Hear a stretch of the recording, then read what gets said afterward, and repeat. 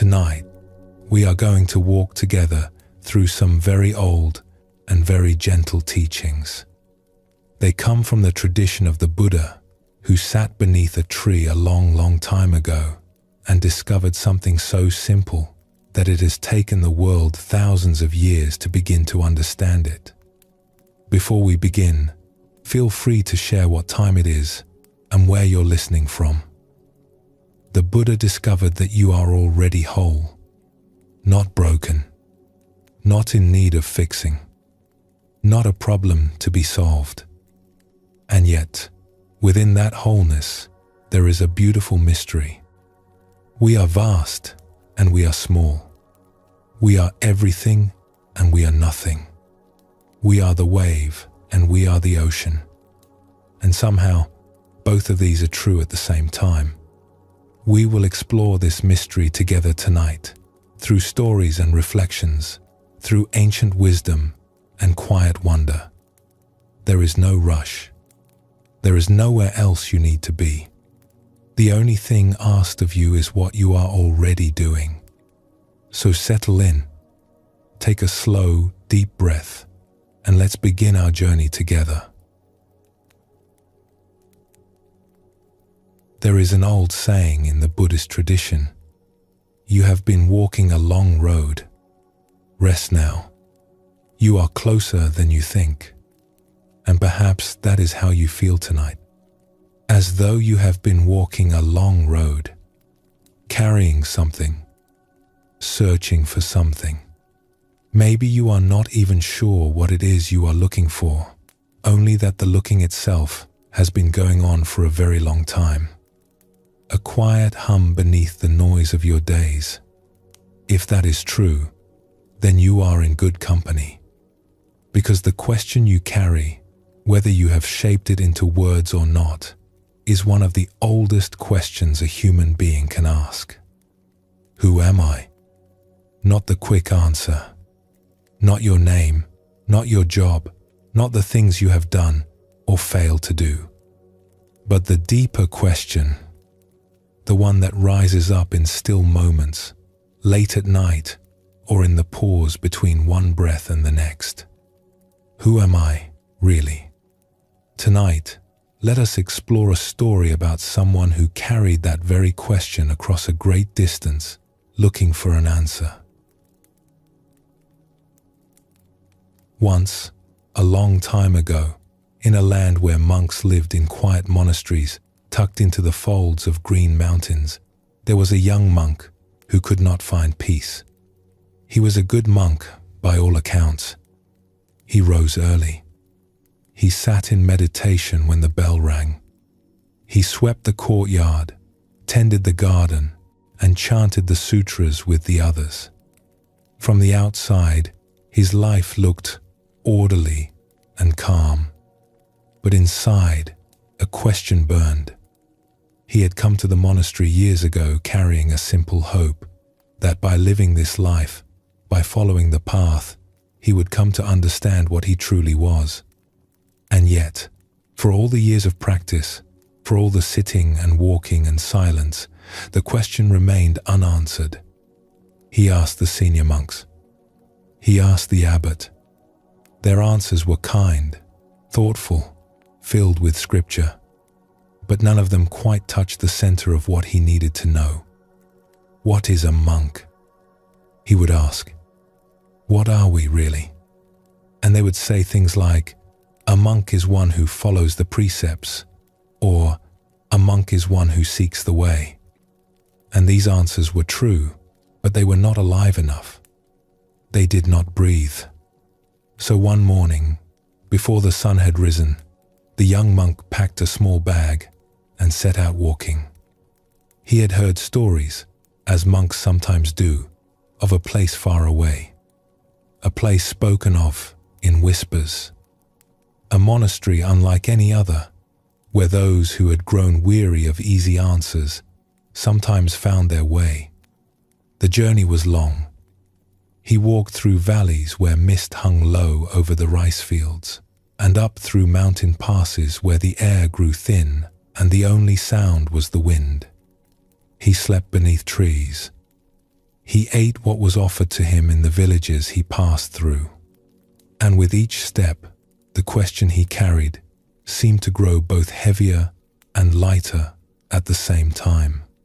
Heavier because it mattered so much. Lighter because the walking itself was a kind of answer. After many days, he arrived. The monastery was not what he expected. It was smaller than he had imagined. Tucked into a hillside, half hidden by old trees, it looked as though it had grown there rather than been built.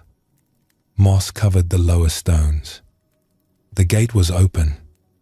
He stepped inside and was met by an old monk with kind eyes and a face so deeply lined it looked like a map of somewhere he had never been. "Welcome," the old monk said simply. "You have come a long way." "I have," the young monk said. And then, because he had carried it so far and for so long, the question came out before he could even think to be polite. "Please, I must know. What is a monk?" The old monk looked at him for a long moment, not with judgment, not with amusement, but with the kind of attention you give to something you take very seriously. And then he asked the strangest thing. "Do you mean in the daytime or at night?"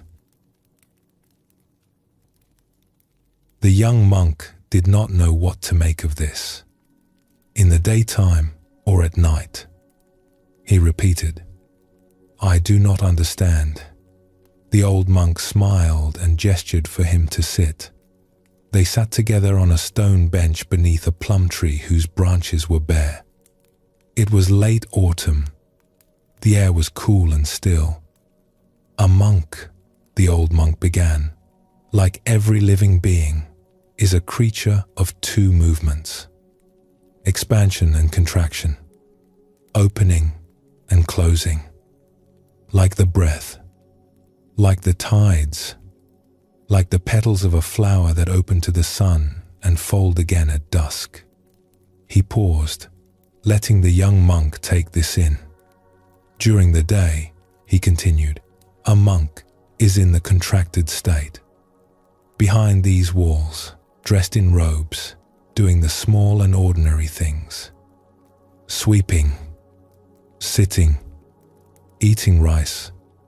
From the outside, it all looks rather contained, rather small. This is the body you are used to seeing. This is the body most people assume is the real one." "And at night?" the young monk asked. The old monk's eyes seemed to change. They grew softer and wider, as though he were looking at something very far away and very close at the same time. "At night," he said, "a monk expands. The walls cannot contain what a monk truly is. At night, the monk moves through the whole world, touches the stars, is as vast as the sky itself." The young monk sat quietly with this. Part of him wanted to dismiss it. Poetry, he thought. Beautiful words, but just words. The old monk seemed to sense this. "You are thinking that the daytime monk is the real one," he said gently. "The one with the broom and the robe and the aching knees. And that what I describe at night is just a nice idea." The young monk nodded, a little embarrassed. "That," said the old monk, "is the difference between your monastery and ours. You start from the contracted state and assume it is real. We start from the other end. We start from the vast, expanded nature. That is what we consider most real. And the small, contracted, daytime body?" He paused. "We call that the body of fear." The body of fear. Let those words settle for a moment. Not as a judgment, but as a gentle recognition. Because most of us, if we are honest, live much of our lives in some form of contraction. We hold ourselves in. We tighten around our worries, our plans, our sense of who we must be. There is a kind of clenching that happens so gradually, so constantly, that we forget we are doing it. The shoulders that creep up toward the ears, the jaw that holds itself just a little too firmly, the way the chest sometimes feels as though it has drawn a circle around itself and said, "This far, no further." This is not a flaw. It is not a failure. It is simply what happens when a living being moves through a world that feels uncertain. We contract to protect ourselves. We make ourselves smaller because smaller feels safer. We pull in our wings without even realizing we have wings. And it happens so quietly. We do not announce it to ourselves. There is no moment where we say, "Now I will become small." It simply accumulates like dust on a windowsill, so gradually that we stop noticing. The guardedness becomes normal. The holding becomes habit. And after a while, we forget that there was ever anything else. We forget the feeling of being open, of being wide, of being as unguarded as we were on the very first morning of our lives. But the teaching from that old monastery on the hillside offers us something remarkable. It suggests that this contracted state, the one we spend most of our waking hours inside, is not the whole of what we are. It is real, yes, but it is not the deepest truth. The deepest truth, the old monk said, is the expanded state, the one where the walls cannot contain us, the one where we touch the stars. The Buddha himself spoke of this in a beautiful way. He taught that within every being there is a nature that is vast, luminous, and free. He called it our original nature, not something we need to create or earn, but something we need only to remember, to uncover, like the moon on a cloudy night. The clouds move across it and we think the moon has disappeared. But it was there all along, full and bright and whole, simply waiting for the clouds to pass. You are whole. That is not something you need to achieve. It is something you already are. Now, here is where the teaching meets the body, where the ancient story meets the breath moving in your chest right now. Because expansion and contraction are not just ideas. They are the most intimate rhythm of your life. You have been doing it since the moment you were born. In fact, you are doing it right now. Notice, if you like, the breath. You do not need to change it. You do not need to make it deeper or slower or more spiritual. Just notice it as it is. The body opens and the breath flows in. There is a moment of fullness, a gentle swelling like a sail catching wind. And then the body softens, releases, and the breath flows out. There is a moment of emptiness, of quiet return, and then it begins again.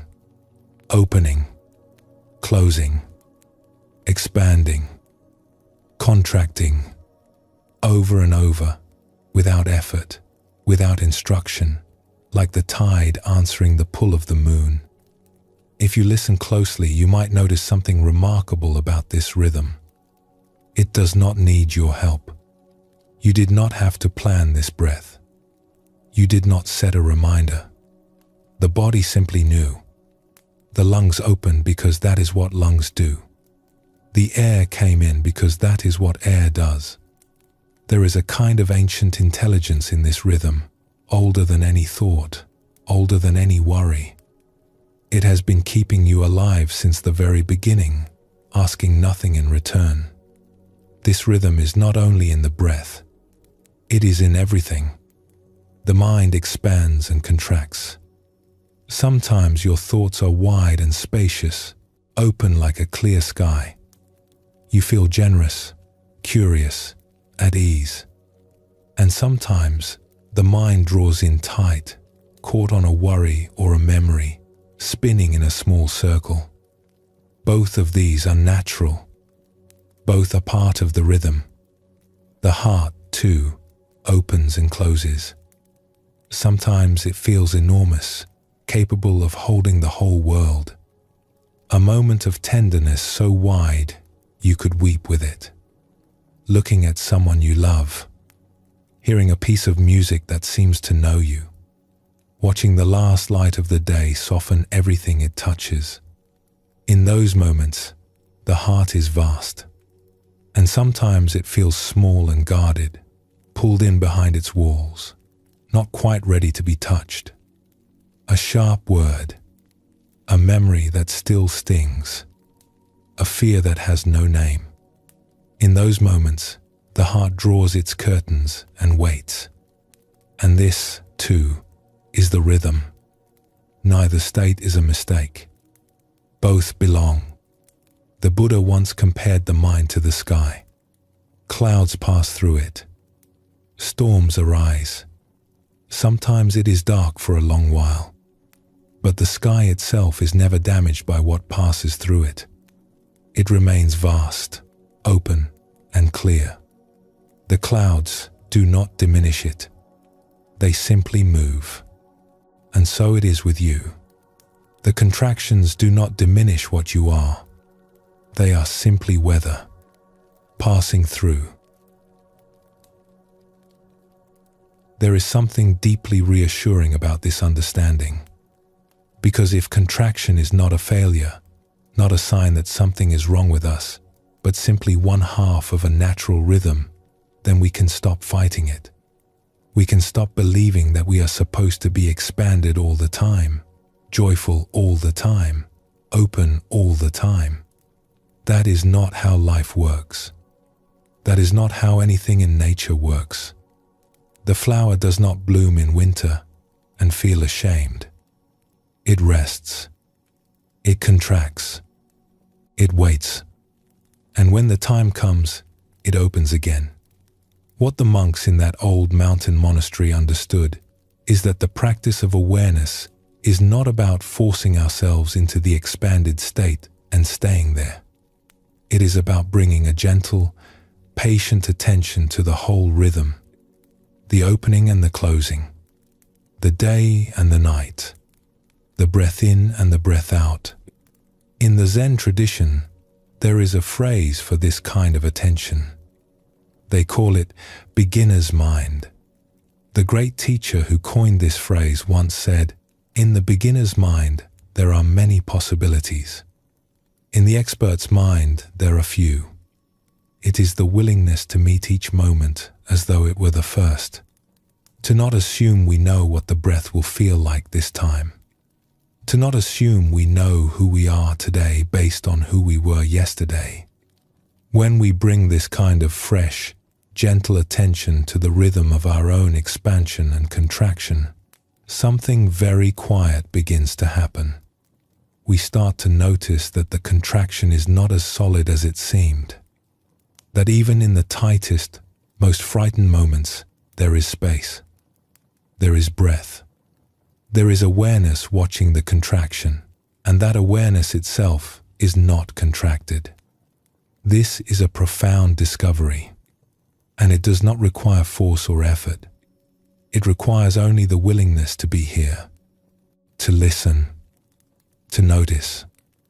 The old monk at the mountain monastery measured a monk not by how perfectly they performed during the day, not by how still they sat, or how neatly they swept the path, or how correctly they chanted the sutras. He measured a monk by how many beings they touched at night, and by how many stars. What a beautiful way to measure a life. Not by what we accomplish in our contracted daytime hours, but by how fully we allow ourselves to expand. How deeply we let ourselves touch and be touched. How willing we are to discover that we are not small, even when the world asks us to be. The Buddha taught that clinging is the root of suffering, and one of the things we cling to most tightly is our idea of who we are. Our fixed image, our contracted identity. I am this kind of person. I always react this way. I am limited in these particular ways. We hold these beliefs so tightly that we mistake them for truth. But the teaching of that mountain monastery and the teaching of the Buddha himself gently suggests that these fixed ideas are just the daytime body, the body of fear. They are real in a sense, but they are not the whole of what we are. There is a saying, sometimes shared among practitioners: the wave does not need to go looking for the ocean. The wave is already the ocean. You are not separate from the vastness. You are made of it. Every contraction is held within an expansion that is larger than you can imagine. Every small, frightened moment is cradled by something immense and patient and kind. Tonight, as you lie here, you do not need to try to expand. You do not need to reach for the stars. Simply let yourself be breathed. Let the rhythm carry you as it has carried you every moment of your life. And know that even in the smallest, quietest contraction, you are whole. You have always been whole. The young monk sat for a long time beneath that plum tree after the old monk finished speaking. The evening was coming on, and the first stars were beginning to appear above the monastery walls. Somewhere below, in the valley, a night bird called out once and then fell silent. He did not have an answer to his question, not the kind he could write down or carry home in his bag. But he had something better. He had the beginning of a feeling, a sense, just barely forming, like the first warmth of spring in soil that has been cold for months, that what he had been looking for was not far away at all, that it had been here the whole time, as close as his own breath, as near as the space between one heartbeat and the next. He thought about all the mornings he had risen in his old monastery and felt small, all the times he had believed that his contracted, worried, aching self was the real one. And he wondered, just for a moment, what it might be like to start from the other end, to begin each day not from the smallness, but from the vastness, not from fear, but from the wide, quiet sky that held everything, even the fear, without being diminished by it. He did not know yet, but the question had changed. It was no longer "what am I?" It had become something softer, something more like wonder, and that was enough. For now, that was enough. Let us pause here for a moment. There is no hurry. Simply notice how you are feeling right now. And when you are ready, we will continue together.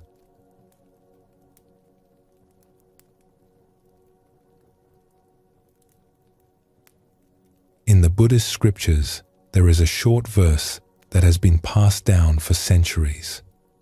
A single moment of clear seeing can illuminate 1,000 years of darkness. Think about that. Not a lifetime of effort, not decades of perfect discipline. A single moment. One flicker of something true, and the darkness that has gathered for longer than you can remember begins to thin. This is a teaching about trust, about the quiet, steady work that is already happening inside you, even when you cannot feel it, especially when you cannot feel it. Because if you are anything like most of us, there is a voice that wonders, a voice that asks, late at night or in the middle of a difficult afternoon, am I doing enough? Am I going in the right direction? Is any of this working?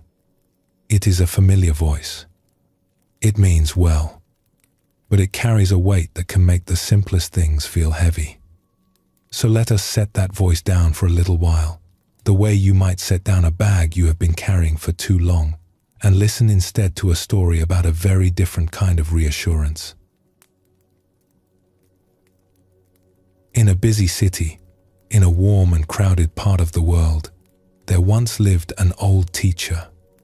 He was not famous in the way that kings or generals are famous. He had no title, no large following, no grand temple. He lived in a small room above a noisy street, and each day, a handful of seekers would climb the narrow stairs to sit with him and talk. The room was plain. A few cushions on the floor, incense burning in a corner.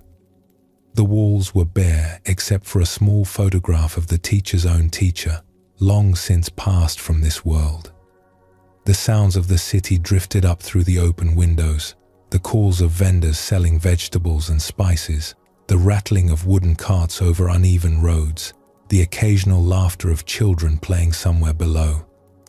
And in the middle of it all, this old man, sitting very still, with eyes that seemed to see right through whatever you placed in front of them. He was not what most people expected a spiritual teacher to look like. He was small, quite ordinary in appearance. He had spent most of his life as a simple shopkeeper.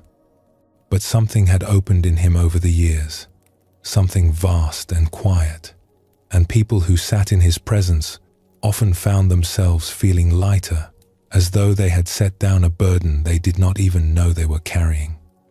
He had a way of greeting visitors that was unlike anything they had encountered before.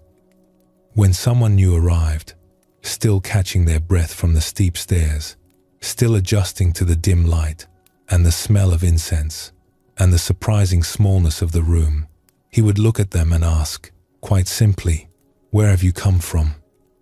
Now, most people answered the obvious way. "I have come from the north," someone might say. Or, "I traveled here from across the sea." But the old teacher was not asking about geography. He was asking something much more interesting. And depending on how you answered, the conversation that followed could change the shape of your entire life. Some visitors understood this. They would pause, sensing the depth beneath the simple question, and offer something more honest. "I do not know where I have come from," one might say. Or, "I have come from a great confusion." And the old teacher would nod, and something in the room would settle, and the real conversation would begin. One afternoon, a young man climbed the stairs. He was restless. You could see it in the way he moved, the way his eyes darted around the room before settling, briefly, on the teacher's face. He sat down on one of the cushions, crossed his legs, and asked a few questions about spiritual matters. How does one find peace? What is the nature of the self? The old teacher answered simply, without hurry, the way someone might give directions to a traveler. The young man listened, nodded a few times, and then stood up and left. The whole visit lasted perhaps 15 minutes. He did not come back the next day, or the day after that. Someone mentioned they had seen him in the market, buying fruit, looking distracted. Someone else heard he had taken a bus to another town, off to visit a different teacher, or perhaps just to wander. He seemed to be the kind of person who was always on his way somewhere else. That evening, as the small group of regular students sat together in the fading light, the incense burned low and the sounds of the city softened into the gentler rhythms of evening. One of the students raised a concern. "That young man who came today," the student said, leaning forward slightly. "He did not seem very serious. He asked his questions and then just left, as though he was sampling sweets at a market stall. He does not have the dedication that this kind of seeking requires." Will he be all right? Is there any hope for someone like that? The old teacher leaned back against the wall and laughed. It was not a small laugh. It was full and warm and unhurried, the kind of laugh that fills a room and makes everyone in it feel, for just a moment, that the world is kinder and simpler than they thought. Hope for him? The old teacher said, still smiling. Oh, it is far too late for that. The students looked at one another, unsure what to make of this. Too late? Someone asked. What do you mean, too late? The old teacher let the silence hold for a moment. Outside, the evening call to prayer was sounding from somewhere across the city. The light in the room had turned golden.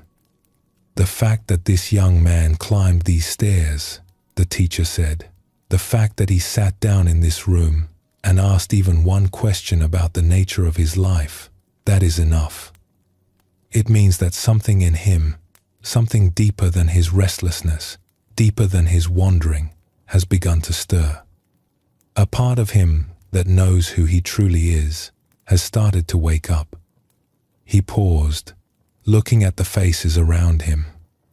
The room was quiet now, save for the distant sounds of the city settling into night. Think of it this way, the teacher continued. When a person is sleeping very deeply, they do not ask questions. They do not seek. They do not climb stairs to sit in small rooms and wonder about the nature of things. The very fact that a question arises, any question, even a clumsy one, even one asked on the way out the door, means that the dreamer has begun to stir. And once that stirring begins, it cannot be undone. He smiled, and his voice grew even gentler. And once that part begins to wake, he said, it cannot go back to sleep. Even if he goes out from here and forgets, even if he spends years doing other things, chasing other things, looking everywhere but where the answer actually lives, it does not matter. The seed has been planted, and a seed, once it has found the soil, knows only one direction. There is something in this story that goes against almost everything we are taught about how growth works. We are told, most of us, from very young, that progress is something you earn through effort, that if you stop trying, you fall behind, that the moment you look away, everything you have built begins to crumble. And there is a kind of truth in that, for certain things. If you are building a house, you cannot walk away and expect the walls to raise themselves. If you are learning a language, the words will fade if you never return to them. But the old teacher was pointing to something different. He was pointing to a kind of growth that does not depend on our effort in the way we think it does. A kind of unfolding that is more like the way a flower opens than the way a building is constructed. The Buddha himself used this image often. He compared the awakening of a human being to the blooming of a lotus. The lotus begins in the mud, in the dark, heavy earth beneath the water. It does not begin in the light. It begins in the place that seems least likely to produce something beautiful. And yet, slowly, without anyone instructing it, without anyone standing over it with a checklist, it rises. Through the murky water, through the layers of silt and shadow, until one morning, it breaks the surface and opens. No one taught the lotus how to do this. No one gave it a manual. The knowledge was inside the seed from the very beginning, folded into its cells, the way a melody is folded into silence before it is played. All it needed was water and warmth and time. The lotus does not worry about whether it is blooming correctly. It does not compare itself to the flower beside it. It does not wonder if it started too late or if the mud it grew from was the wrong kind of mud. It does not look at its own unfolding and think, I should be further along by now. It simply opens, because that is its nature. Because opening is what it was made to do. And the old teacher in his small room above the busy street was saying the same thing about that restless young man, and about all of us. The opening has already begun. It began the moment you first wondered, the moment you first felt that quiet stirring, that gentle tug towards something you could not name but knew was real. Whether that was yesterday or 30 years ago, it does not matter. The seed is in the ground, and it knows what to do. Now, you might ask, if the seed knows what to do, then what is the point of practice? What is the point of sitting quietly, or listening to these words, or making any effort at all? And this is a fair and beautiful question. Think of it this way. The seed knows how to grow, but it grows best in good soil, with enough rain, with enough light. When we sit quietly, when we listen, when we make even the smallest space in our busy lives for stillness, we are not forcing the seed to grow. We are simply providing the conditions. We are the rain. We are the good soil. We are the light falling on the surface of the water. There is a difference between forcing something to happen and creating the conditions in which it can happen naturally. And this difference is at the heart of what practice really is. It is not a grim duty. It is not a test you can pass or fail. It is more like tending a garden. You show up, you water, you wait, and you trust that the intelligence of life itself, which has been growing things long before you arrived and will continue long after, knows what it is doing. A gardener does not grab the stem of a flower and pull it upward to make it grow faster. That would be absurd. And yet how often do we do exactly that with ourselves? We push, we strain, we measure, we compare where we are to where we think we should be. And the gap between those two places fills us with a quiet despair. But the garden does not work that way, and neither do we.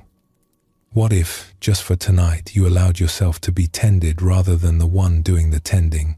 What if you let these words, this stillness, this breath, be the rain falling gently on soil that has been waiting for it? You do not need to do anything with the rain. You only need to receive it. This is why the old teacher laughed when his student asked about the young man. Not because the question was foolish, but because the worry behind it, the fear that awakening might somehow be missed, or lost, or squandered, was based on a misunderstanding. You cannot squander what is already planted in you. You can delay it, perhaps. You can wander far from it, but you cannot undo it. The seed remains, and sooner or later, in its own time, in its own beautiful and unpredictable way, it will bloom. There is a line from an old English mystic, written many centuries ago, that captures this feeling perfectly. She lived a quiet life of contemplation in a small stone room beside a church, and after many years of sitting with the mystery of things, she wrote these words: "All shall be well, and all shall be well, and all manner of things shall be well. Not all shall be well if you try hard enough. Not all shall be well if you get it right. Simply, all shall be well. Period." As a statement of deep trust, as a recognition that whatever is unfolding in you, however slowly, however imperfectly, however confusingly, it is moving towards something good. These words have traveled across centuries and they have not lost their power. Perhaps because they do not ask anything of us. They do not instruct. They do not demand. They simply offer a kind of vast, quiet reassurance, the way a parent might hold a child who has woken from a bad dream and whisper, "It is all right. Everything is all right. You are safe." And this is very close to what the old teacher was offering in his small room above the street. Not a technique, not a method, not a complicated philosophy. Just this: trust. Trust what is already growing in you. You do not need to know the entire path. You do not need to see the destination. You only need to trust that the seed is there and that it is doing what seeds do. This is perhaps the gentlest teaching in all of the Buddhist tradition. That your awakening is not something that depends on your perfection. It depends on your willingness to simply be present, again and again, even imperfectly, to keep showing up, to keep listening, to keep making space. The Buddha once said, "Just as the great ocean has one taste, the taste of salt, so this teaching has one taste, the taste of freedom." And that freedom is not something far away. It is as close as the breath you are taking right now, as close as the stillness you are resting in, as close as the quiet wonder you feel when you hear a story that seems to know something about you. Let us return, for a moment, to that young man who climbed the stairs, asked his questions, and wandered off into the city. We do not know what became of him. The story does not tell us. And perhaps that is the point. His story is still being written, just as yours is, just as all of ours are. But somewhere in him, as he walked through the market, as he boarded that bus, as he sat watching the countryside pass by through a dusty window, something was different. Not dramatically, not in a way anyone else would notice, but something, a small warmth perhaps, a faint hum, the memory of a room where incense burned and an old man laughed with such kindness that for a moment, just a moment, the whole world seemed to make sense. The memory of a voice that answered his questions not with complicated philosophy, but with something simpler and truer, the way water answers thirst. That is the seed. It does not announce itself with trumpets. It does not demand attention. It does not require that you recognize it, or name it, or understand it. It simply waits, quietly, in the deepest part of you, with a patience that is older than time, the way the earth waits beneath snow, the way dawn waits behind the darkest hour of the night. And it is already growing. Right now, even as you listen to these words, even as you rest, even as you breathe, it is doing what it has always done, moving toward the light, moving toward wholeness, not because you are forcing it to, but because that is what it does. That is what you do. There is a saying among practitioners, you do not need to go looking for the path. The path is already looking for you. And perhaps tonight, lying here, letting yourself be held by this moment, you can sense the truth of that. Not as an idea, but as a feeling, a warmth, a quiet knowing. You are not behind. You are not lost. You are exactly where the seed needs you to be, and all shall be well. Let us rest here for a breath or two. Feel the weight of your body, held so gently by the ground beneath you. And when you are ready, we will continue on together.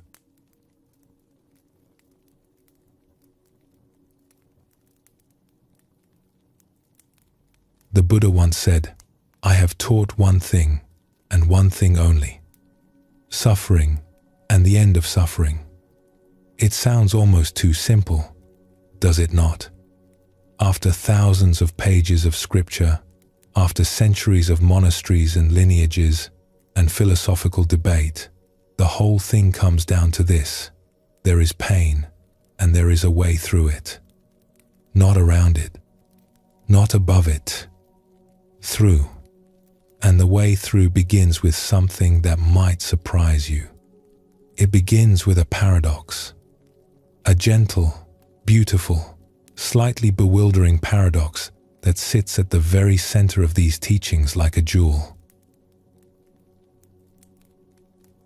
Let us enter this paradox through a doorway that is very human and very ordinary. Have you ever noticed that the moments in your life that feel most real, most vivid, most alive, are often the ones where joy and sorrow are woven so tightly together that you cannot separate them? Holding a sleeping child and knowing, even in the warmth of that moment, that they will grow and change and one day not fit in your arms this way. Watching the last evening of a holiday that has been truly wonderful, the sky turning colors you will never quite be able to describe, and feeling both the fullness and the fading at the same time. Sitting beside someone you love and sensing, in the quiet, both the beauty of being together and the tenderness of knowing that nothing stays the same forever. Or something even simpler. A cup of tea on a cold morning. The warmth of it in your hands. The way the steam rises and disappears. You are comforted and you are reminded all at once that comfort is a passing thing. And somehow, that does not make it less precious. It makes it more so. These are not sad moments. They are not happy moments. They are something else entirely. Something deeper than either word can hold. Something that our usual language, which loves to put things in separate boxes, does not quite reach. In one tradition of the East, there is a word for this kind of awareness.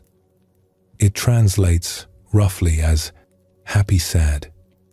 Not happy, not sad, but both at once, held gently together, the way two hands might cup water. To be truly present, this tradition says, is to hold both without choosing. To let them exist together, neither one more real than the other, neither one more welcome than the other. This is not a philosophy to be debated. It is a description of what actually happens when we stop sorting our experience into categories and simply allow it to be what it is. And there is a tremendous relief in this, because it means you do not have to push away the sadness to make room for the joy. And you do not have to let go of the joy to make room for the sadness. They were never in conflict. They were always, already, resting together. Now, this idea that presence includes everything and rejects nothing leads us to a teaching that has puzzled seekers for a very long time. And to understand it, let us visit another story. There was once a beloved teacher who lived in a forest monastery. He was known for his warmth, his humor, and his way of saying things that sounded simple but turned out to be bottomless.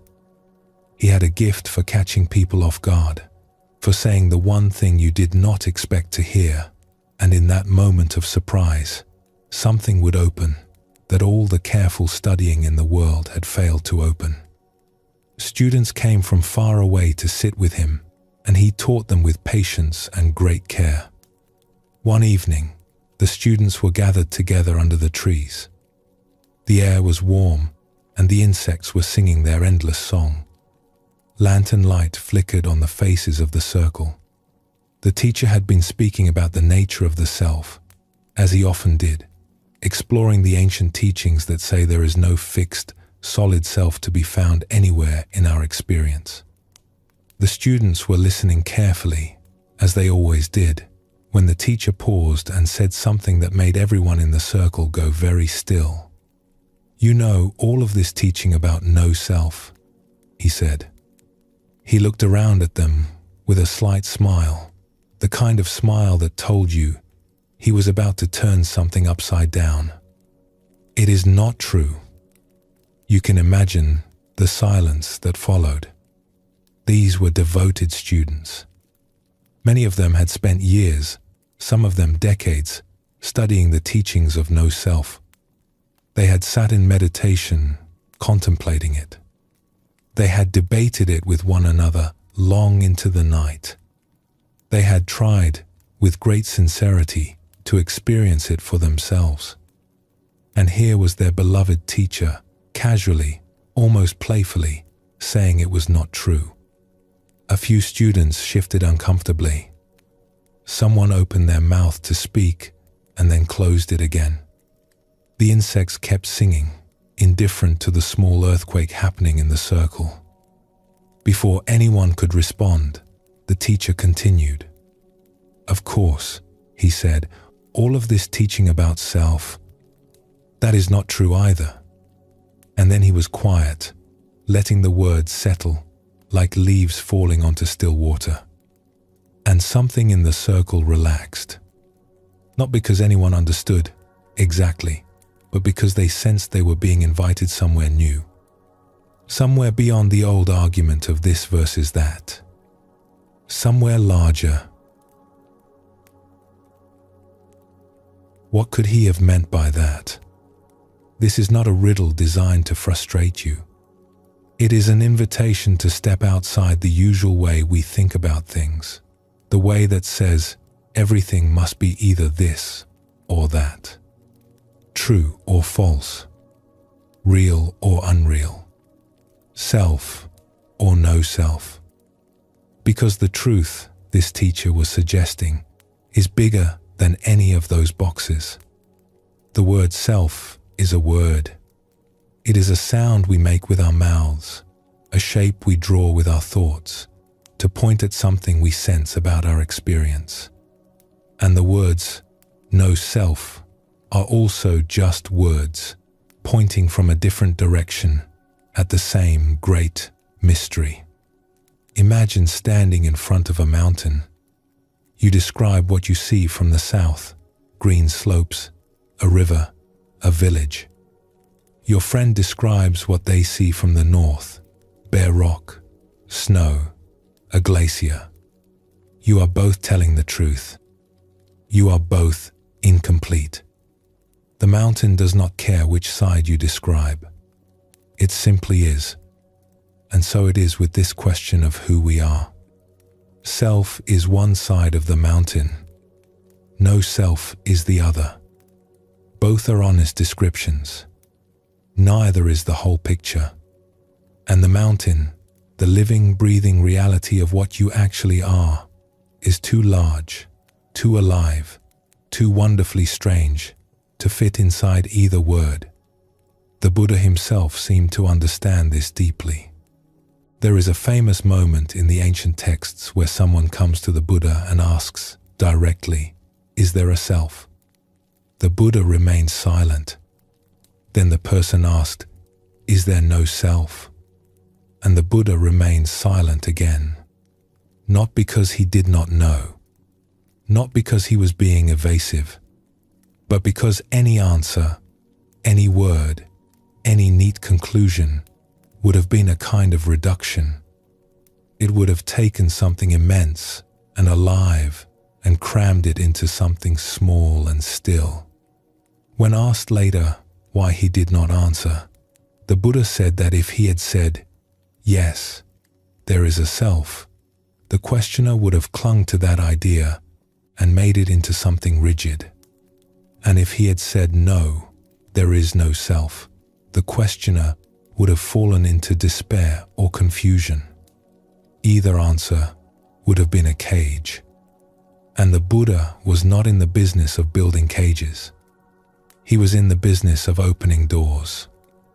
Sometimes the deepest wisdom is simply to hold the question open, to resist the urge to close it with a neat answer, to let it breathe, to let it remain alive and unresolved, the way a piece of music is most beautiful, not in the final note, but in the spaces between the notes.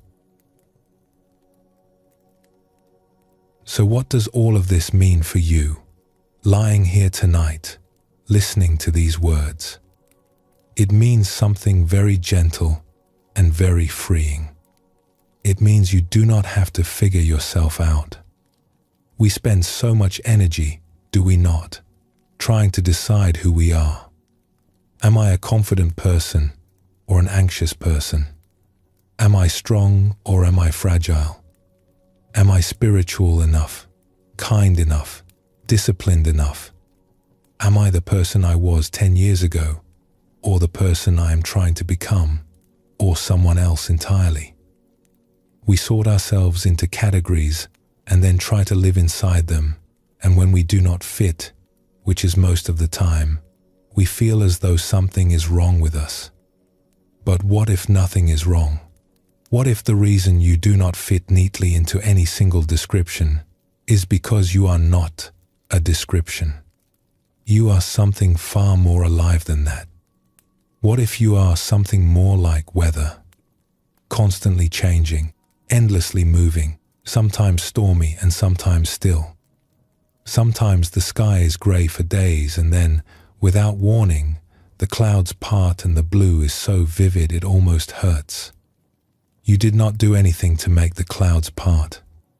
You did not earn the blue sky. It simply came, because that is what weather does. It moves. It changes. And through all of it, the sky remains. Vast. Unharmed. Whole. This is very close to what that forest teacher was pointing at when he said those startling words beneath the trees. Not that the teachings are useless, not that all the years of study were wasted, but that the words we use, self, no self, happy, sad, are like cups trying to hold the ocean. Useful, yes, but never quite big enough. And at some point, we are invited to stop staring at the cups and to look at the water they are trying to hold. Let us explore another story that may bring this closer to the heart. There was once a traveler who spent many years searching for a precious jewel. He had heard about this jewel since childhood, sitting at his grandfather's knee, listening to stories by firelight.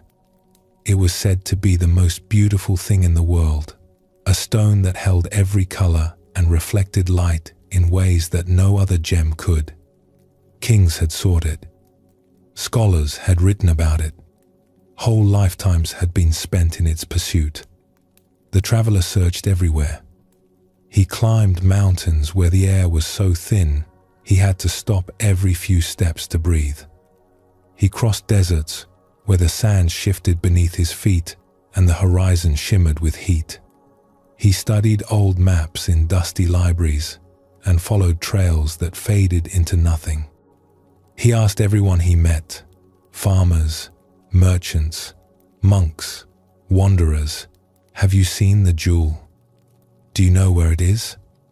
And always the answer was the same, further on. "Keep looking. It is somewhere else." Years passed.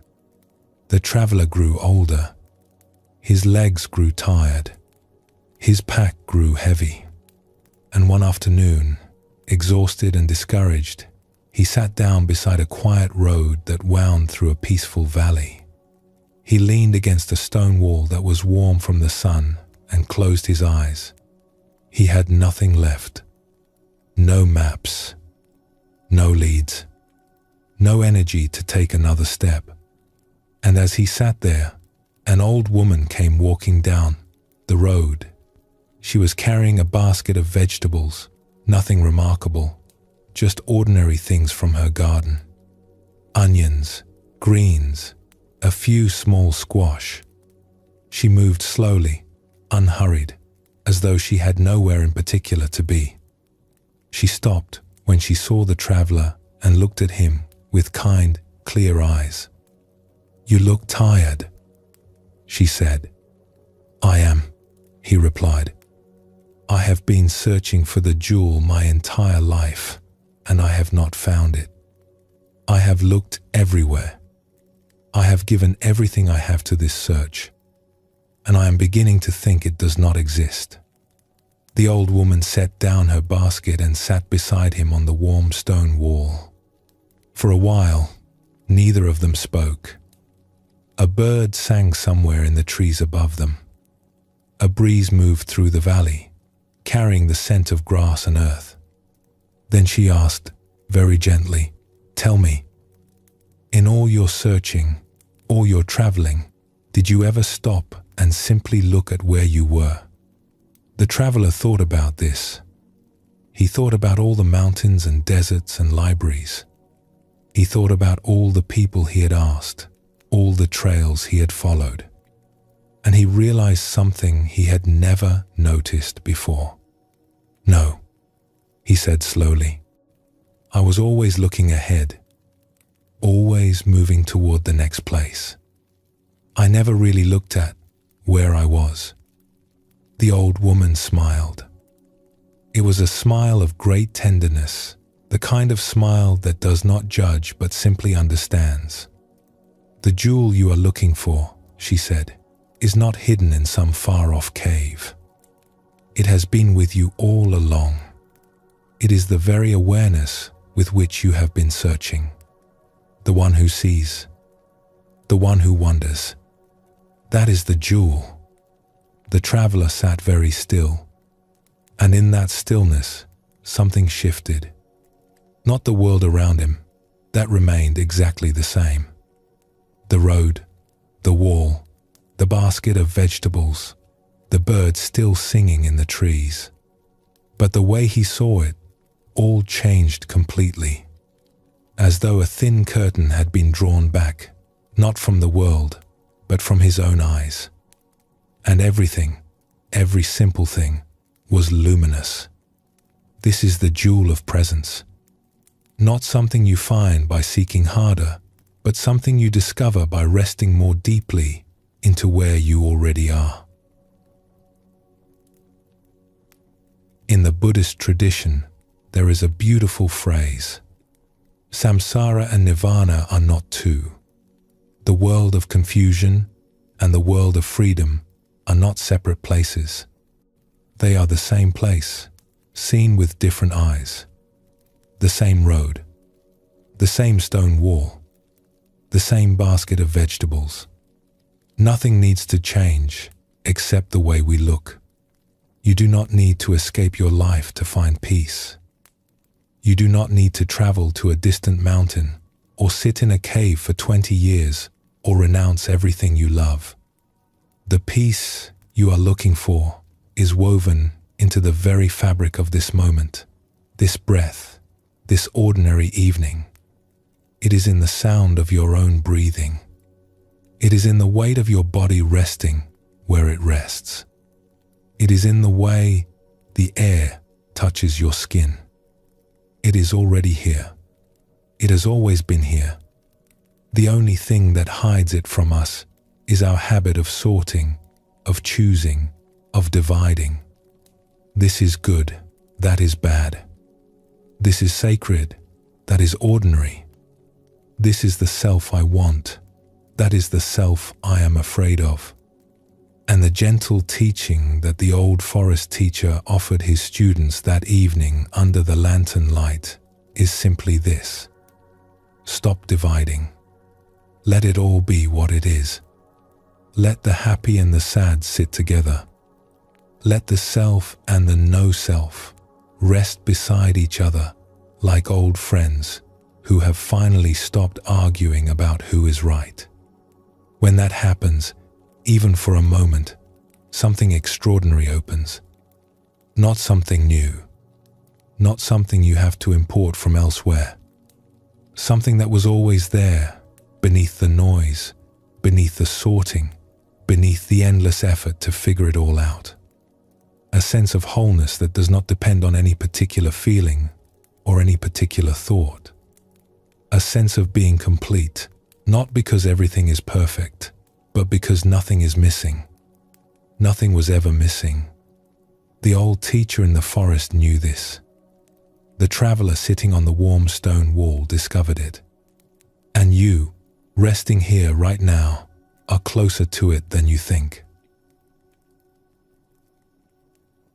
There is a moment, just before sleep, when the mind loosens its grip on the day. The thoughts that seem so important begin to soften and blur. The edges between things become less sharp. The boundary between you and the world grows thin and gentle, like morning mist dissolving in sunlight. In that moment, you are not trying to be anyone. You are not sorting or deciding or evaluating.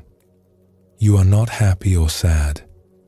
You are simply here, present, aware, whole. This is not something you need to manufacture or achieve. It is something you can simply allow, like opening a window and letting the evening air come in.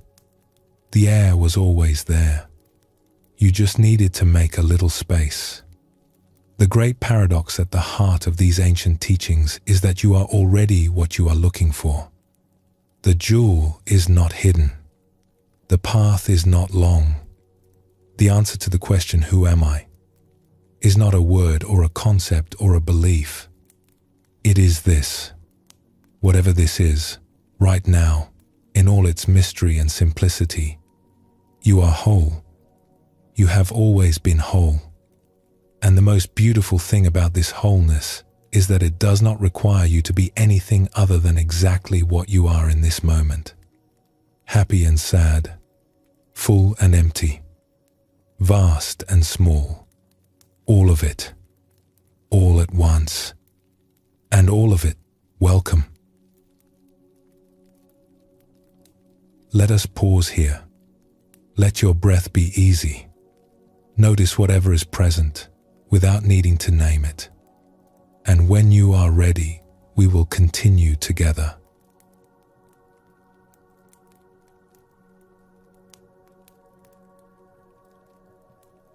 There is a question that most of us never think to ask, because the answer seems so obvious.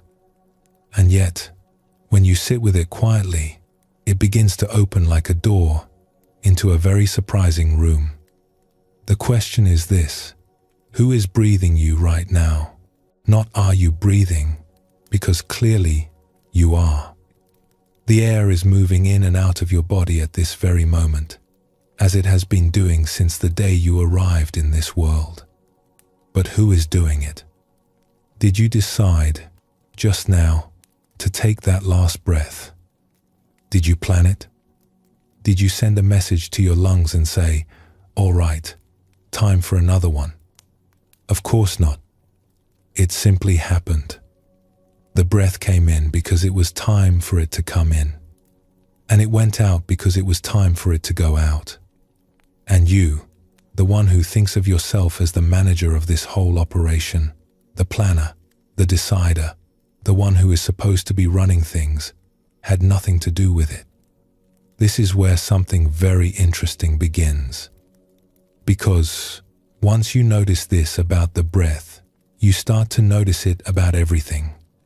And what you discover is a secret that the ancient teachers have been whispering for a very long time. A secret that is not hidden in a cave or locked in a book, but sitting quietly right in the middle of your everyday experience, waiting to be noticed. There is an old Zen saying, "Sitting quietly, doing nothing, spring comes, and the grass grows by itself." It is a tiny sentence. You could read it in a moment and move on. But if you stay with it, if you let it settle into you the way rain settles into dry earth, it begins to reveal something remarkable about the nature of things. The grass does not try to grow. It does not set an alarm. It does not make a plan. It does not lie awake at night worrying about whether it is growing in the right direction or at the right speed. It simply grows, because growing is what grass does. It is not an achievement. It is not a performance. It is simply life, doing what life does, without anyone at the controls. And this, the ancient teachers discovered, is not only true of grass. It is true of everything. Let us sit with this for a moment, because it is one of the most quietly liberating discoveries in all of the Buddhist teachings. And it begins with something very close to home. Your body. This body that you call yours, that you wash and feed and dress and carry around from place to place. You speak of it as my body, the way you might speak of my coat or my house, as though you own it, as though it belongs to you and must answer to you. But consider this. If you truly owned your body, you could tell it what to do, and it would listen. You could say, "Do not be tired," and it would not be tired. You could say, "Do not ache," and the ache would stop. You could say, "Stay exactly as you are. Do not change. Do not age. Do not slow down," and it would obey. But it does not obey, does it? It has its own rhythm, its own calendar, its own quiet intelligence that has nothing to do with your preferences. It gets hungry when it wants to get hungry, regardless of whether the timing is convenient. It gets sleepy in the middle of an important afternoon and wide awake in the middle of a quiet night. It heals at its own pace, not yours. A cut on the hand mends itself while you sleep, without your supervision, without your knowledge, knitting itself back together with a skill you could never replicate if you tried. Your heart beats without being asked. Your stomach digests without receiving instructions.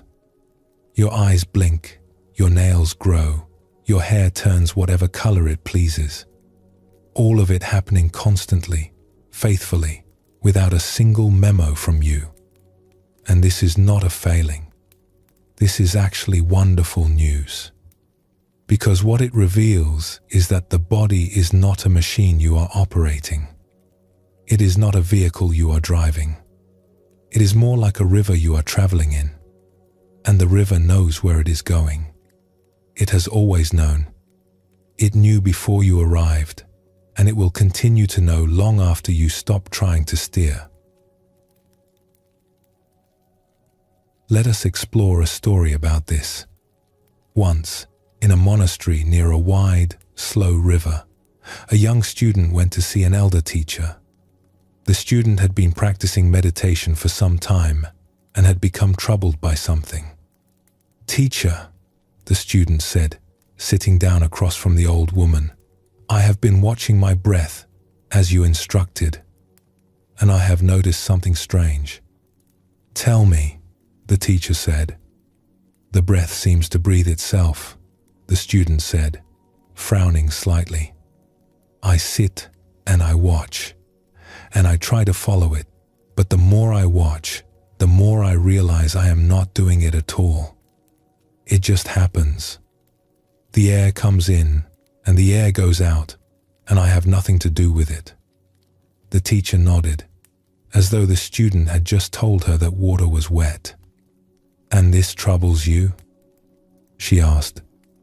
"Yes," the student said, "because if I am not breathing the breath, then who is? If I am not in charge of even this simple thing, then what am I in charge of?" The teacher was quiet for a moment. Outside, through the open window, they could hear the river moving past, slow and steady, the sound it had been making for 1,000 years. "Let me ask you something," the teacher said. "This morning, before you came to see me, did you have any thoughts?" "Of course," the student said. "Did you choose them?" The student paused. "What do you mean?" "The thoughts that came this morning. The worries, the memories, the little pictures and fragments that floated through your mind. Did you sit down and decide, now I will think about this, Now I will think about that. Or did they simply come? The student thought about this carefully. They just came, he admitted. I did not choose them. And the feelings, the teacher continued gently. The moments of calm, the flickers of restlessness, that brief sadness that came and went, did you invite those?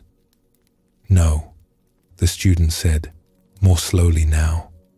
They just arrived.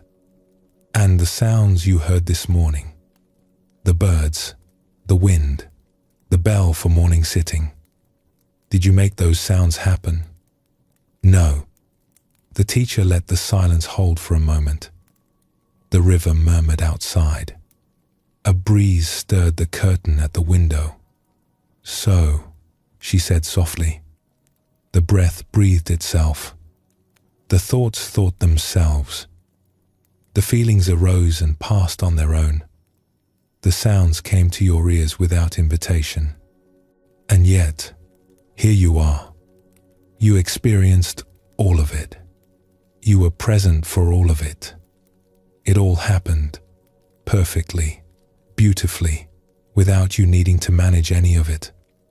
She leaned forward slightly, and her voice grew even gentler. You asked who is in charge, she said. And the answer is no one. No one is directing this. No one needs to. And that is perhaps the most wonderful thing you will ever discover. Because it means that the part of you that has been trying so hard to hold it all together, to be the manager, the controller, the one who never rests, that part can finally put down its work. Not because the work is finished, but because it was never needed in the first place. This teaching, that life moves through us rather than being controlled by us, runs through the Buddhist tradition like a golden thread. The Buddha spoke of it often.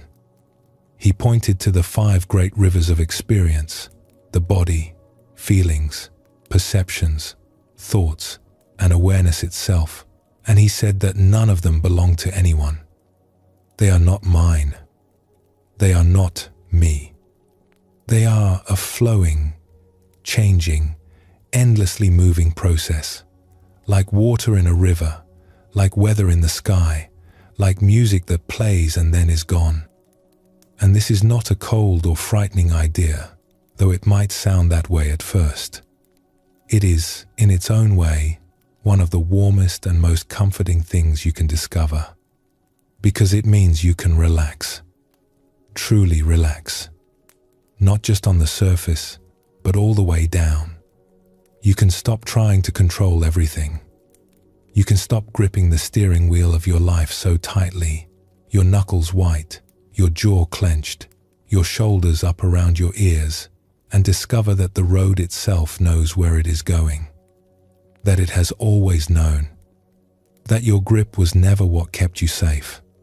Think about your day today, or yesterday, or any day you can remember. Did you plan every moment of it? Did you orchestrate every sensation, every shift of mood, every flicker of thought? Did you decide in advance which memories would surface and which feelings would visit and how long each one would stay? Or did most of it simply unfold on its own, like a story being told by a voice that knows it very well? If you are honest, you will probably find that the vast majority of your day happened by itself. The feelings came and went by themselves. The thoughts arose and dissolved by themselves. The body moved and rested and breathed by itself. You were there for all of it. You experienced all of it. But you did not make it happen any more than you make the sun rise in the morning. And the sun has been rising just fine without your help. There is a beautiful image for this in the old teachings. They compare our experience to a great river. The river is always moving, always changing. Sometimes it flows fast over stones, catching the light. Sometimes it moves slow and deep through wide, quiet valleys. Sometimes it is wide and calm, sometimes narrow and swirling, but it is always flowing, always going. And the water that passes by you right now is not the same water that passed by a moment ago. It has already gone downstream, replaced by new water, which is itself already going, already on its way to somewhere else. You cannot hold the river. You cannot freeze it in place and say, this is my river. This is the part I want to keep. You cannot bottle the best moments and set aside the ones you did not enjoy. The moment you try to close your hand around it, it has already slipped through your fingers. Not because the river is cruel or indifferent or playing a trick on you, but because flowing is what rivers do. It is their nature. It is their gift. And it is yours too. And here is where the teaching becomes very tender, because this same flowing quality applies not only to the breath and the thoughts and the sensations, but to everything. To this very day, to this very evening. Think about today. What happened? Perhaps you rose this morning and ate something and spoke to someone and went about your business. Perhaps there were small moments of beauty you have already half forgotten. The light falling a certain way through a window, the taste of something warm, the sound of a voice you know well. Perhaps you felt tired or restless or peaceful or bored or some complicated mixture of all of these things. And now here you are, at the end of it, resting. But where did today go? It was here. It was vivid and real and full of detail. You could have pointed to it and said, this is my day. This is real. This is happening. And it was. But now it is fading, even as you think about it. The morning is already hazy like a photograph left in the sun. The afternoon is blurred. Specific moments that felt so sharp, so important a few hours ago, are already dissolving, like breath on a cold window, like footprints on a beach when the tide comes in. And yesterday? That is even further away. Already it feels more like a story someone told you than something you actually lived. And last week? Last month? Last year? The details soften, the colors fade, the edges blur, and what remains is not the event itself, but something more like a feeling. A trace. A faint impression, like the warmth that stays on a chair after someone has stood up and walked away. This is not sad. Please hear that gently. This is simply what it means to live in a world of flow. And the ancient teachers pointed to this, not to make us feel loss, but to help us feel something quite different. A sense of lightness, a sense of ease, a great and tender unburdening. Because if nothing can be held, then nothing needs to be held. If everything is passing through, then you are free to let it pass. You do not need to grip this moment, because the next one is already coming, already forming, already bringing with it whatever it brings. And you do not need to mourn the last moment, because it has done what it came to do, and it has left you exactly where you need to be. The Buddha put it very simply. All things are like a river, he taught. You cannot step into the same water twice. Back in the monastery by the river, the young student sat quietly for a long time after the teacher finished speaking. He listened to the water moving outside the window. He felt the air moving in and out of his body, this breath that had been breathing itself his whole life without once asking for thanks. And for the first time, instead of feeling troubled by the fact that it was all happening on its own, he felt something else entirely. He felt grateful and, strangely, lighter, as though he had been carrying a heavy pack for a very long journey, and someone had just said, very kindly, "You can set that down now." It was never yours to carry. Because if the breath could breathe itself, if the thoughts could think themselves, if the feelings could come and go without his permission or his planning, then perhaps he did not need to carry it all. Perhaps he had never needed to carry it all. Perhaps his whole life, with all its worrying and planning and managing and controlling, had been like a man standing in a river, exhausting himself trying to push the water downstream, never once looking down to realize that the water was already going that way on its own. Had always been going that way. Would always go that way. With or without his help. He looked at the teacher and he smiled. It was the first real smile he had given in a long time. "So, what do I do?" he asked. And the teacher smiled back, a warm and easy smile. The smile of someone who has been waiting patiently for exactly this question. "Float," she said. This is what the ancient teachings of selflessness really come down to. Not a philosophical argument, not an intellectual position, but an invitation. An invitation to stop pushing the river, to stop pretending that you are the one making everything happen, and to discover, with relief and maybe even with joy, that you are being carried. The breath carries you. The heartbeat carries you. The turning of the earth carries you. The whole immense, gentle machinery of life carries you, exactly as it has been doing since before you were born, and will continue to do long after you have forgotten to worry about it. You are not in charge, and that is not a loss. It is a homecoming. There is a verse in the ancient Dhammapada, the collected sayings of the Buddha, that puts it this way: "All things arise and pass away. When you see this, you are above sorrow. This is the shining way, above sorrow.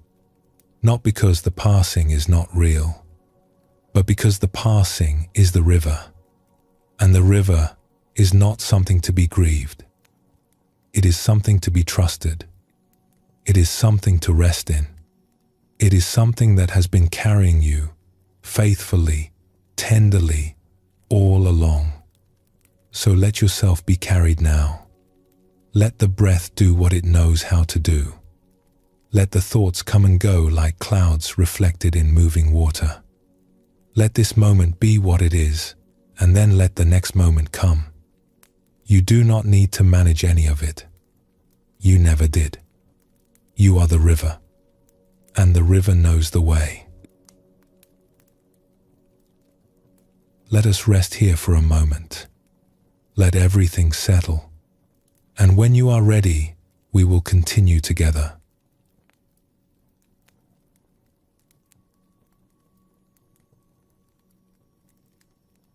Have you ever looked at something very closely? So closely that it stopped being what you thought it was? A child does this naturally. They pick up a leaf and hold it right up to their eye, and suddenly it is not a leaf anymore. It is a landscape. A whole world of veins and ridges and tiny hairs and translucent green windows where the light comes through. What was one simple thing becomes 100 fascinating things, and the child is lost in wonder, because the closer they look, the more there is to see. They did not add anything to the leaf. They simply paid closer attention, and the leaf rewarded them with a universe.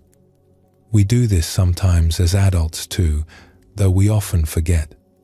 We look at the night sky and suddenly remember that each of those tiny points of light is a sun, unimaginably far away, each one perhaps warming worlds we will never see.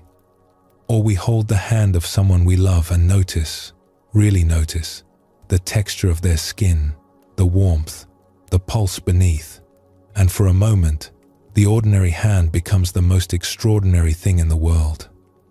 Something very similar happens when we begin to pay close attention to our own inner experience. The things that seem solid and simple and settled start to shimmer. They start to move. They start to reveal a depth and a delicacy that we never noticed before, because we were moving too fast, or because we had simply assumed we already knew what was there. And this can be one of the most beautiful discoveries of a lifetime. It can also, at first, feel a little like the ground is shifting beneath your feet. So let us talk about that, gently, with care. In the Zen tradition, there is a saying, great doubt, great awakening. Small doubt, small awakening. No doubt, no awakening. This is a strange thing to hear, because most of us think of doubt as a problem, something to be overcome, something that means we are not yet where we should be. But the old Zen teachers saw it differently. They understood that the moments when our certainty softens, when the familiar ground becomes unfamiliar, when what we were sure about begins to tremble, these are not moments of failure. They are moments of opening. Think of it like walking on a frozen lake. For a long time, the ice seems solid. You trust it completely. You walk and do not think twice about what is beneath you. And then one day, you hear a sound, a small creak, a whisper of movement beneath the surface. And you realize, perhaps for the first time, that the ground you are standing on is not as fixed as you believed. Now, this can be frightening. Of course it can. But it can also be the beginning of something else. Because beneath the ice, there is water, and water is alive. It moves. It flows. It holds more than ice ever could. Let us explore what this looks like in the landscape of our inner life. When someone begins to pay very close attention to their experience, whether sitting quietly or simply being still for a while, something remarkable happens. The things that seemed solid begin to soften.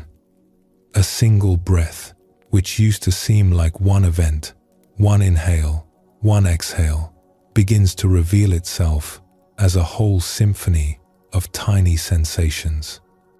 The very beginning of the inhale, that first cool trickle of air at the nostrils. The way the chest lifts, gently, like a bird opening its wings. The slight pause at the top, that quiet moment of fullness. Then the softening of the exhale, the warmth, the release, the settling. And within each of those, even finer movements, like ripples within ripples on the surface of a pond.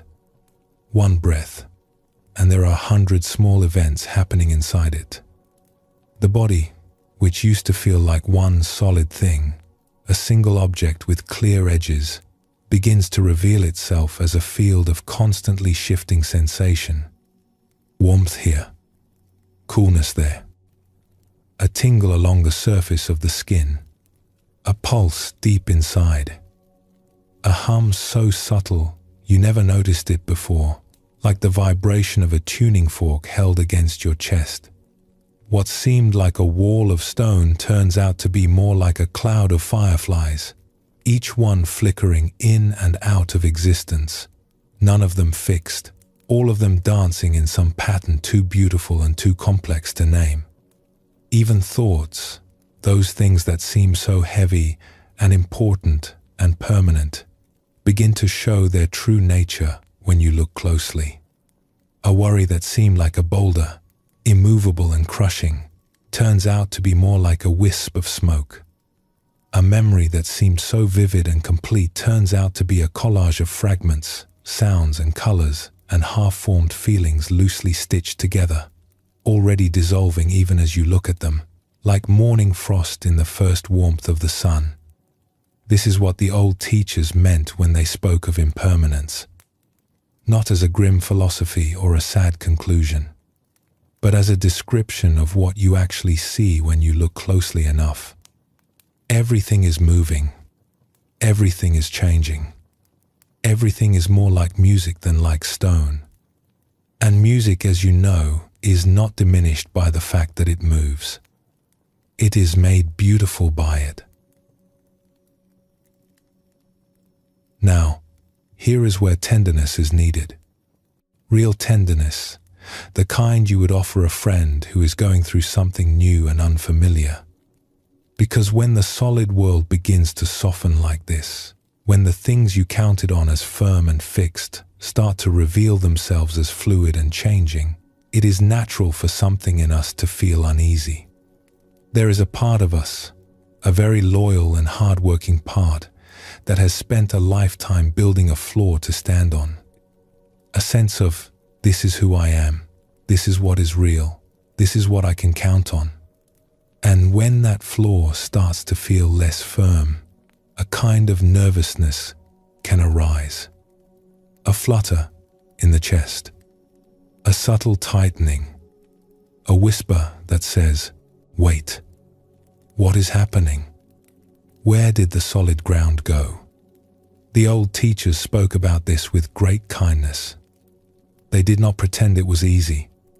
They did not wave it away or tell people to simply try harder.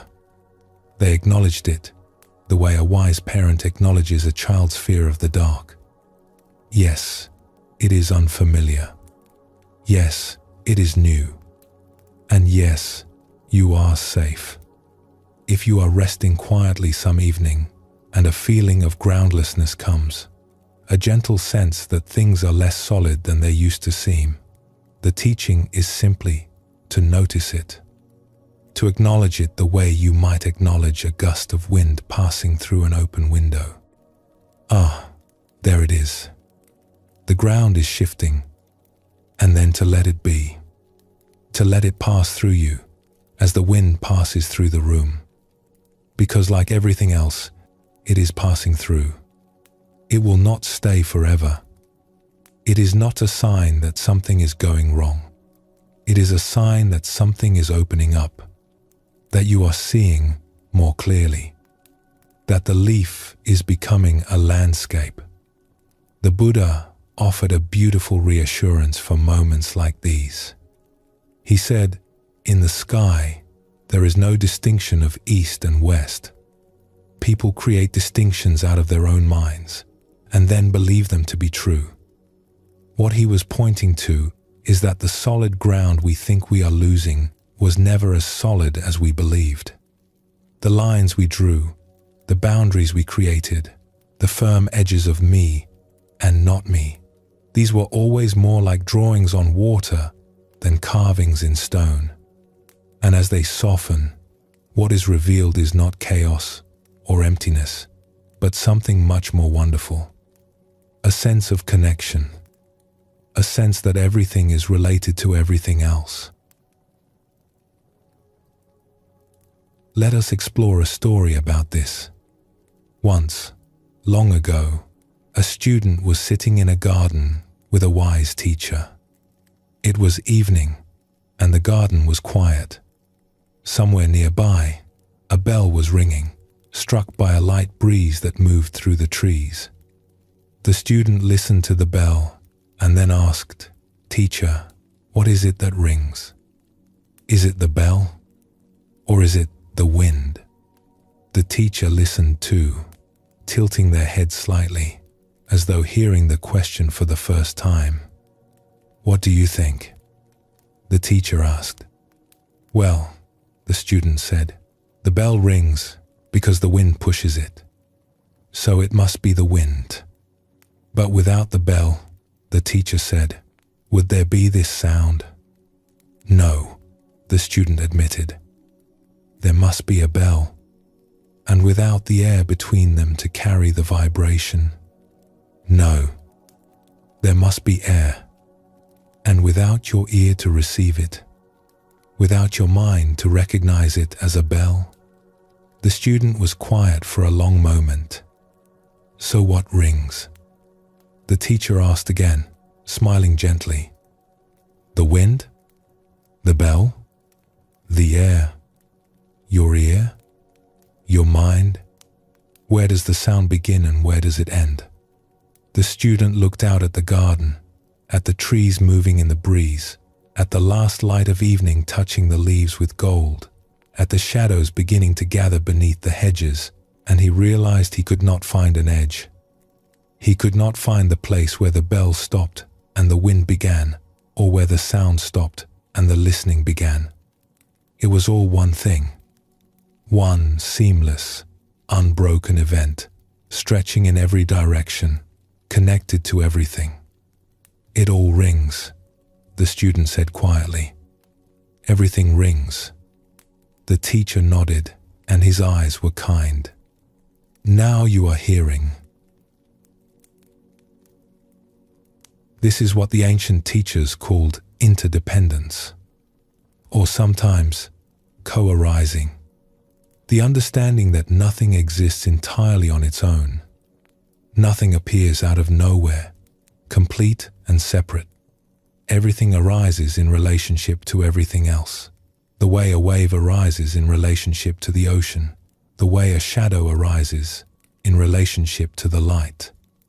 Everything is connected to everything else, the way threads are connected in a piece of cloth. Pull one thread, even gently, and the whole fabric responds. The bell does not ring alone. It rings because of the wind, and the metal, and the craftsperson who shaped it long ago, and the mountain where the ore was found, and the rain that fell on that mountain, and the clouds that carried the rain, and the ocean that gave rise to the clouds. One moment of sound, and the whole universe is quietly, invisibly involved. And you are no different. You are here tonight because of a chain of moments so long and so intricately woven that no mind could ever trace it to its true beginning. Every person who has ever spoken kindly to you, every hand that has ever prepared food you have eaten, every teacher, every friend, every stranger who held a door open or offered a smile on a difficult day, every season that has turned, every river that has found its way to the sea, all of it brought you here, to this moment, to this breath, to this quiet listening. You are not separate. You have never been separate, not for a single moment. You are woven into the fabric of everything, as intimately and as thoroughly as a thread is woven into cloth. And this is not a loss of self.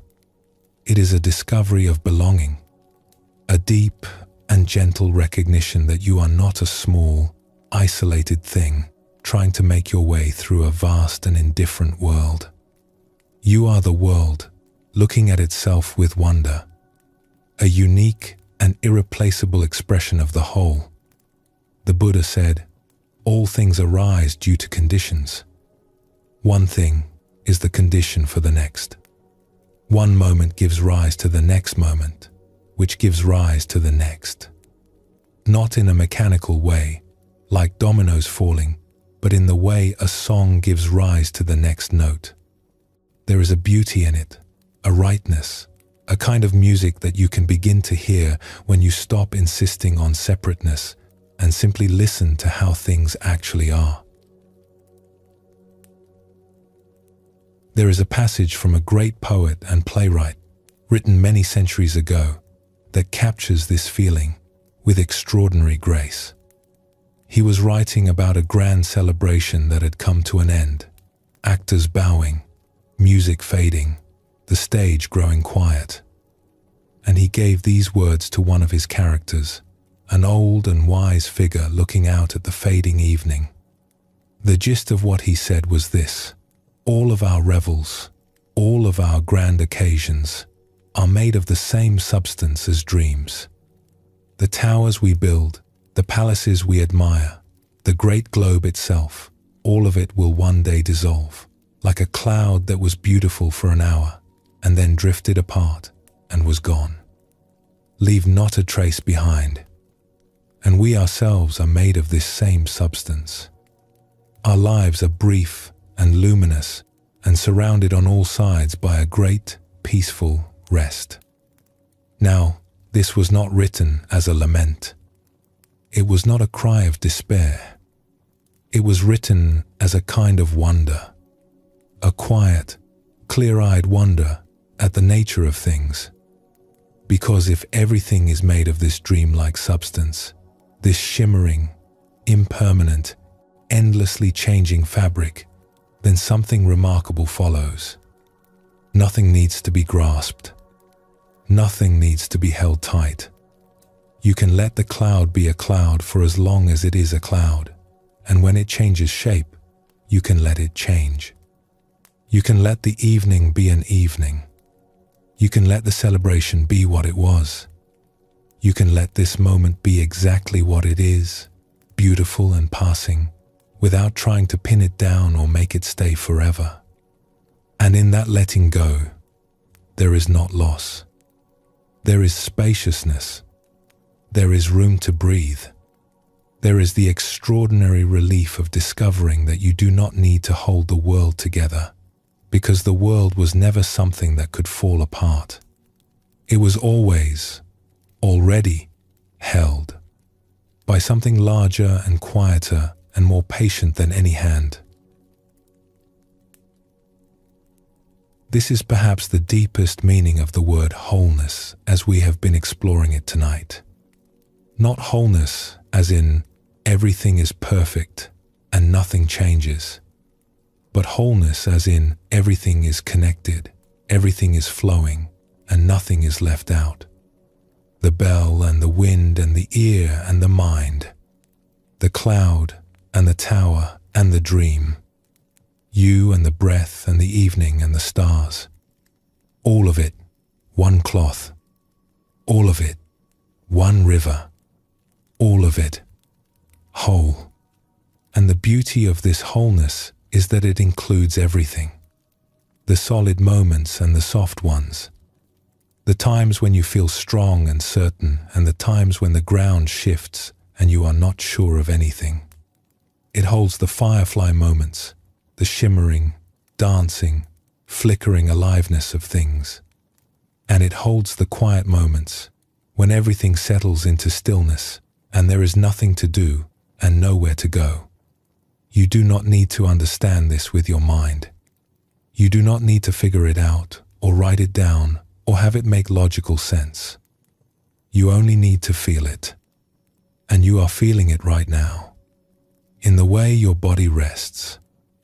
In the way the breath comes and goes without your help. In the way this moment is holding you, gently. The way the ocean holds everything that floats upon it. Without effort. Without strain. With a patience that has no end. There is nothing to fear in the softening of the ground. Because beneath the ground there is water. And the water is alive. And it has been holding you all along. Let us pause here. Let the breath come and go on its own. And when you are ready, we will continue together.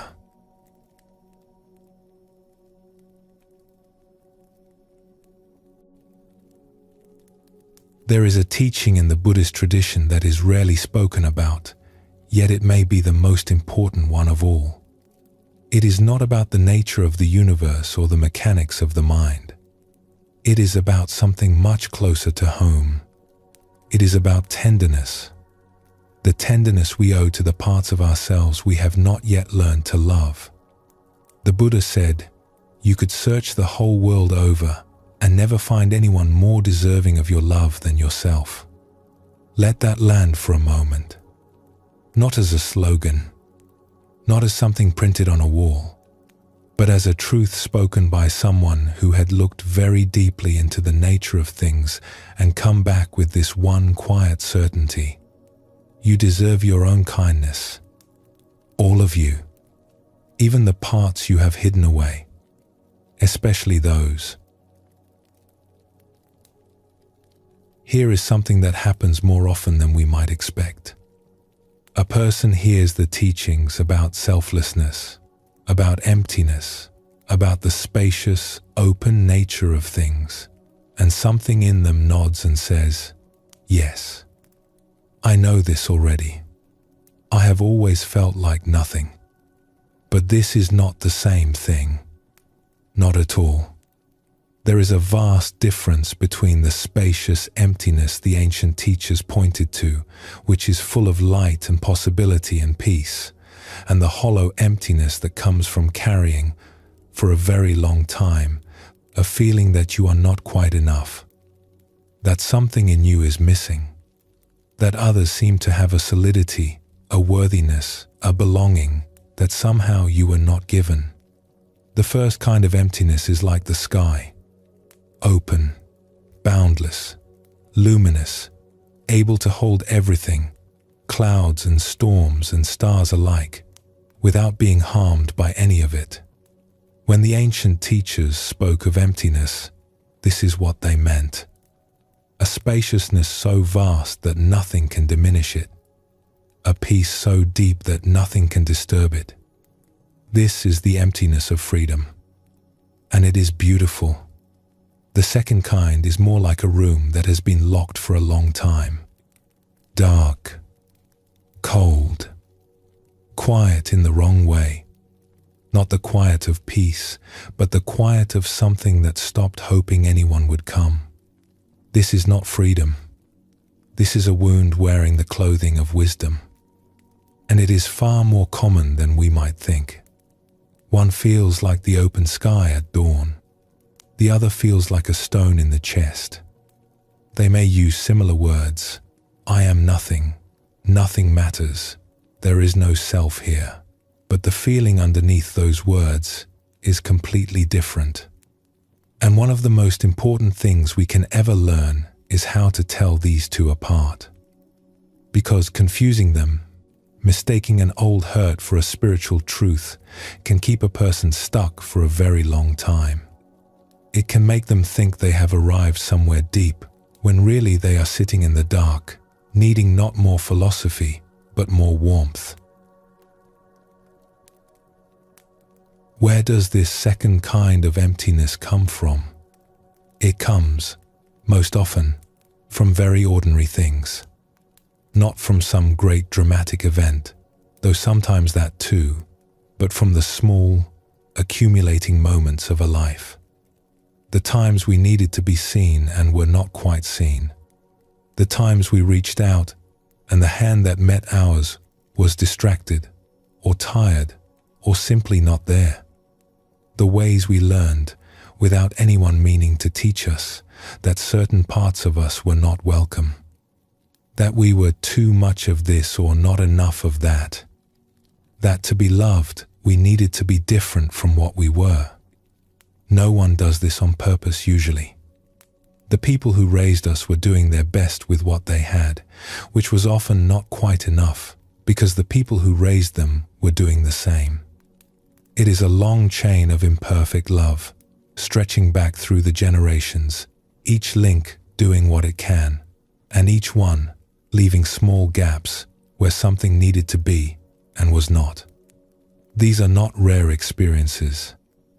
They are as common as breathing. Nearly everyone, if they are honest, and if the evening is quiet enough for honesty, carries some version of this.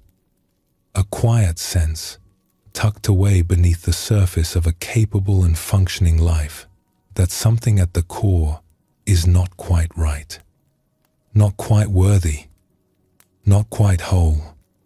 A feeling so familiar that we have stopped noticing it, the way you stop hearing a sound that has been playing for a very long time. And so we build a life on top of it, the way a city is built over old ruins. We learn to function. We learn to smile. We learn to be competent and busy and useful. But underneath, in the quiet hours, the old feeling is still there, waiting, not because it wants to hurt us, but because it has never been listened to. There is a beautiful story about this. Let us spend some time with it. because it holds a teaching that is worth more than 1,000 philosophies. A person, weary from long days of work and worry, walked out one evening into the countryside. It was autumn. The fields had been harvested and lay open and bare. The trees were half undressed, their leaves scattered on the ground like bright coins. The air was cool and carried the smell of earth and wood smoke. This person walked until they found a quiet place, far from the road, far from the sounds of the village. A meadow at the edge of a wood, where the last golden light of the day was resting on the grass like something spilled.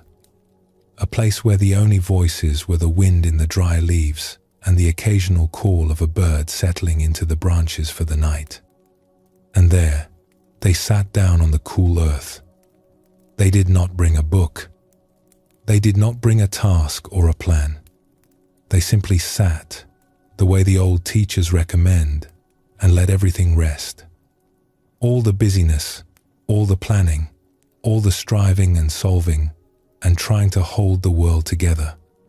They let it settle, the way mud settles in a jar of water when you finally stop stirring, and the water begins to clear.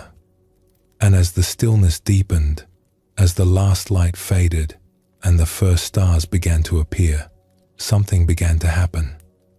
From the quiet, from somewhere very far inside, something approached.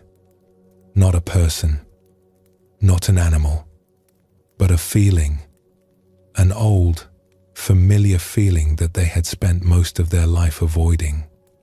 It came slowly, carefully, the way a shy creature comes out of the woods at dusk, when the noise has died down and the coast seems clear. One step, then another, testing the silence to see if it would hold. It was a feeling they had no good name for. Part sadness, part loneliness, part something even older than those, something from so far back they could not remember when it began. It was the feeling they ran from every day, the one they filled with work and noise and distraction, the one they had decided, long ago, was too large and too frightening to face. But this evening, something was different. Maybe it was the tiredness. Maybe it was the beauty of the autumn light. Maybe it was simply that they had run far enough and long enough that there was nowhere left to run. Whatever the reason, instead of turning away, they stayed. The feeling came closer. And as it came, instead of overwhelming them, it did something unexpected. It began to speak. Not in words, exactly, but in the way that feelings speak when they are finally given room. It told its story. The story of being small. The story of not being heard. The story of all the doors that had closed, all the arms that had not opened, all the moments when love had been needed and something else had come instead. And as this person listened, really listened, with the same quality of attention they might give to a frightened child who had finally found the courage to speak, something began to shift. A poem describes this moment perfectly. It says that the thing we are afraid of comes to us, and if we listen, it sings a song. And as it sings, it becomes less afraid of us, and we become less afraid of it. This is one of the most healing things a human being can do. To sit still, to let the old, avoided thing approach, and to listen to it with kindness. Now, here is where the teaching becomes truly remarkable, because what the ancient teachers discovered, and what many people find when they are willing to sit with their old wounds this way, is that every difficult feeling, when it is truly met with compassion, contains its opposite. This is not a trick. It is not a technique. It is simply what happens when a feeling that has been locked away for a long time is finally given space and warmth. Consider loneliness. Not the ordinary kind, the kind you feel when your friends are busy and you have an empty evening, but the deep kind, the kind that lives in your bones, the kind that has been with you so long it feels like part of who you are. When this deep loneliness is finally allowed to tell its story, when it is held the way you would hold something precious and fragile, something remarkable can happen. Slowly, gently, the loneliness begins to change. Not into happiness, exactly, but into something more like aloneness. A quiet, peaceful sense of being here, by yourself, but not abandoned. And within that aloneness, strangely, a feeling of connection begins to arise.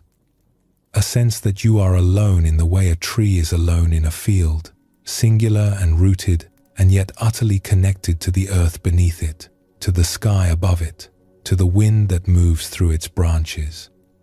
Alone, and yet part of everything. The loneliness, it turns out, was never the deepest truth. It was a shell, and inside the shell, waiting all this time, was belonging. Or consider something else. Perhaps you have noticed in yourself, or in people you know, a pattern of trying very hard, pushing, striving, muscling through. There is a kind of forcefulness that comes not from genuine strength, but from a deep, unspoken fear that if you stop pushing, everything will fall apart. That you are not enough as you are. That you have to earn your place, your worth, your right to be here, through sheer effort. When this pattern is met with patience and with tenderness, when it is allowed to rest, even for a moment, when someone finally says to it, "You have been working so hard. You can stop now. You are safe," something surprising can emerge. Beneath the pushing, beneath the effort, beneath the lifelong need to prove and perform and earn your place, there is a quieter kind of strength. A strength that has nothing to do with striving. It is more like the strength of a mountain. It does not try to be strong. It does not lift weights or set goals or compete with the mountain next to it. It simply is.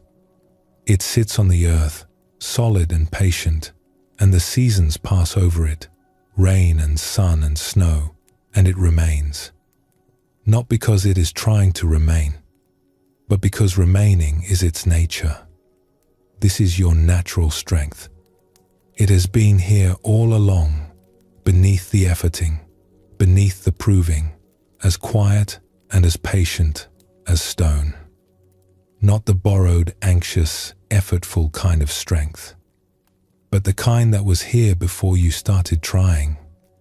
The kind that does not need anyone's approval. The kind that simply knows, in its bones, without needing to announce it, "I am here. I belong here." That is enough. And there is one more transformation worth mentioning, because it touches something very deep. Sometimes, beneath all the busyness and distraction of a life, there is a feeling of meaninglessness, a sense that nothing really matters, that it is all just one thing after another, going nowhere in particular, signifying nothing. This feeling can be very heavy to carry, and most of us push it down as quickly as we can because it seems too bleak to face. But when meaninglessness is met with the same gentle attention, when it is allowed to be here without being resisted or argued with, it too begins to shift. And what emerges from it is not meaning, exactly, not a neatly packaged purpose or a mission statement for your life, but something better. A sense of wonder, a sense of astonishment that anything exists at all, that you exist, that there is a world and light and the sound of wind in trees and the feeling of being alive in a body on a turning planet. The meaninglessness, when fully allowed, opens into a kind of fresh amazement. The way a child sees the world before they have learned to take it for granted. Every color vivid, every sound new, every moment an unrepeatable gift. The Buddha described this quality as beginner's mind, the mind that does not assume it already knows, the mind that meets each moment as if for the first time. It is not something we need to invent. It is what is already there, beneath the heaviness, waiting for us to stop and notice. So here is the gentle truth at the heart of this teaching. The parts of yourself that you have been avoiding, the old aches, the quiet feelings of not being enough, are not enemies to be conquered. They are not problems to be solved. They are more like children who have been left in a dark room for too long, waiting for someone to come and open the door and say, simply, "I see you. You are welcome here." And when you do that, when you offer that kind of attention to the forgotten corners of your own heart, something wonderful happens. Not all at once, usually, but gradually, like dawn. The old wounds begin to soften. The old identities, I am the lonely one. I am the one who tries too hard. I am the one for whom nothing has meaning. These begin to loosen their grip. And what is revealed beneath them is not another wound. It is warmth. It is aliveness. It is the wholeness that was there all along, hidden not because it was lost, but because something was sitting on top of it. You are not your wounds. You never were. You are what is beneath them. And what is beneath them is something very good. An old teacher once said, "The mind creates the difficulty, and the heart crosses it." You do not need to think your way through the old pain. You only need to meet it with something warmer than thought. And that something, that warmth, that willingness to sit with what is difficult and say, "I am here, I am listening, you are safe." That is the deepest kind of love there is. There is a verse in the ancient teachings that says, "Hatred never ceases by hatred, but by love alone is healed." And this is true not only of hatred between people, but of the quiet, persistent unkindness we sometimes direct at ourselves. The inner voice that criticizes, the habitual flinch away from our own tenderness, the long habit of believing we are less than we are. These too are healed by love, not by more effort, not by more discipline, not by figuring it out, but by the simple, brave, quiet act of turning toward ourselves with compassion. You carry within you everything you need. The sky-like spaciousness of your true nature, vast and open and unhurt, and the tender, particular heart of a living being who has known joy and sorrow and everything between. Both of these are you. Both of these are whole. And they are not as different from each other as you might think. Let us rest here for a moment. Let the breath be soft. And when you are ready, we will continue together.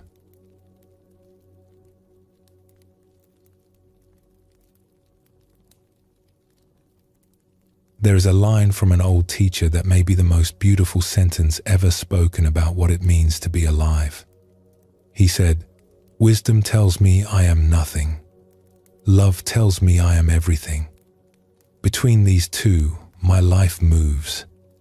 Read that again, slowly, in the quiet of your mind. Wisdom tells me I am nothing. Love tells me I am everything. Between these two, my life moves. This is the territory we have been walking toward all evening. The place where the vast and the intimate come together, where the open sky meets the beating heart, where the freedom of emptiness and the warmth of a single human life are not two different things, but one. For a long time, many people have carried the idea that spiritual depth means becoming detached, rising above, letting go of the world and its messy, complicated, tender entanglements, floating free, beyond the reach of pain, beyond the pull of love, beyond the need for anything or anyone. And there is a grain of truth in this. There are seasons when stepping back is necessary, times when silence and solitude are exactly what the heart needs. The Buddha himself spent years in the forest before his awakening. Solitude has its place. But here is what the deepest teachers have always known, and what the Buddha himself demonstrated in the decades after his awakening. Freedom is not the end of the story. It is the beginning. True freedom does not pull us away from the world, then it sends us back into it.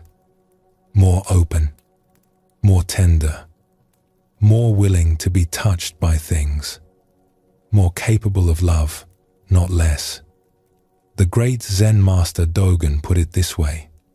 He said, "To be awakened is to be intimate with all things, not distant from all things, not above all things, intimate, close, present, the way you are present with a child who has climbed into your lap, the way you are present with a cup of tea on a cold morning, feeling its warmth against your palms, the way you are present, sometimes, in those unplanned moments when the world seems to lean in and whisper, 'Are you paying attention?'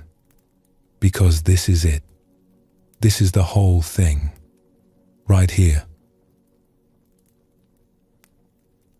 Let us explore a story that shows what this looks like when it blooms fully in a life. There was once a great spiritual leader, a teacher of teachers, who was known throughout his tradition for his extraordinary compassion. He had practiced for many lifetimes, the stories say, cultivating kindness the way a gardener cultivates a rare and precious flower. Patient, steady, devoted, lifetime after lifetime, until compassion was no longer something he did but something he was. He would hold ceremonies from time to time in great halls filled with incense and candlelight. And in his most sacred ceremony, he would place upon his head an ancient crown that had been passed down through many generations of teachers before him. The crown was very old. It carried within it the weight and the warmth of all those who had worn it before, like a cup that has held so many teas it has absorbed their fragrance. And in placing this crown on his head, he would become, in that moment, the living embodiment of boundless compassion. The old paintings show this figure with 1,000 arms, each one reaching out in a different direction, each one offering help, offering comfort, offering whatever was needed to whoever needed it. 1,000 arms. Think about that for a moment. Not 2, not 10, 1,000. One for every kind of suffering, one for every kind of need, one for the person who is lonely, one for the person who is afraid, one for the person who has lost their way, one for the person who does not even know they need help. Reaching in every direction at once, tirelessly, endlessly, the way sunlight reaches into every corner of a room, without choosing favorites, without calculating who deserves it, without ever running out.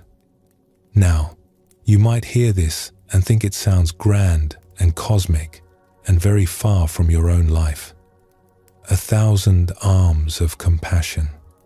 What does that have to do with a quiet evening and the familiar sounds of your home and the gentle weight of your body resting where it rests? But here is the remarkable thing. People who had the chance to sit with this teacher to actually be in his presence and speak with him face to face, did not describe an experience of something cosmic or impersonal or otherworldly. They described something much simpler and much more extraordinary than that. They said that when you sat in front of him and spoke, he listened, really listened, not politely, not with one ear while the other was somewhere else, already thinking about the next person or the next task, but with his whole being, as though, in that moment, there was no one else in the world, as though your small, ordinary life, with all its small, ordinary concerns, with all its tangled hopes and familiar worries, was the very thing he had been waiting his whole long life to hear about. As though you mattered, not in a grand way, in the most personal way possible. 1,000 arms, and every single one of them reaching toward you. This is what intimacy looks like at its deepest. Not a withdrawal from the particular into the universal, not an escape from the personal into the cosmic, but the opposite, a pouring of the universal into the personal, a bringing of all that vastness, all that spaciousness, all that boundless compassion into the single, specific, unrepeatable moment of one human being sitting in front of another and saying, "Tell me, I am listening." The Buddha himself lived this way for over 40 years after his awakening. He did not disappear into bliss. He walked from village to village. He sat with farmers and kings, with the sick and the healthy, with the confused and the clear. He listened. He taught. He was present. And in every encounter, the vastness of what he had realized poured itself into the intimacy of a single conversation, a single moment, a single person's need. This is what it means to be whole. Not to choose between the vast and the intimate, but to discover that they were never separate, that the sky and the single blade of grass are made of the same light, that the ocean and the smallest wave are the same water. Let us explore another story, shorter this time, and with a different flavor. It carries a small smile inside it, but also something wise. There was once a warrior, a man of great skill and considerable pride, who had spent time studying the teachings of emptiness. He had read the ancient texts. He had sat in meditation.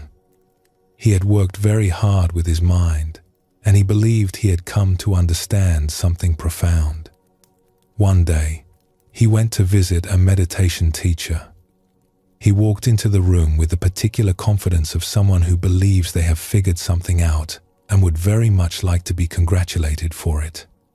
He sat down, folded his arms, and announced, with satisfaction, "I have realized that the whole world is empty. Everything is emptiness. All form is an illusion. Nothing is truly real." He sat back and waited. The teacher regarded him calmly for a moment.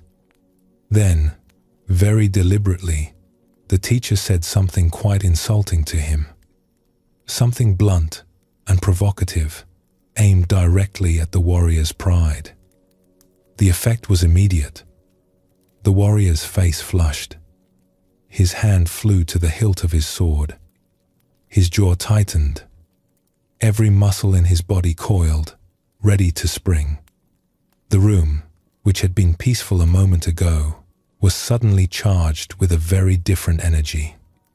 The teacher looked at him and said, very gently, very quietly, "Emptiness is quick to show its temper, is it not?"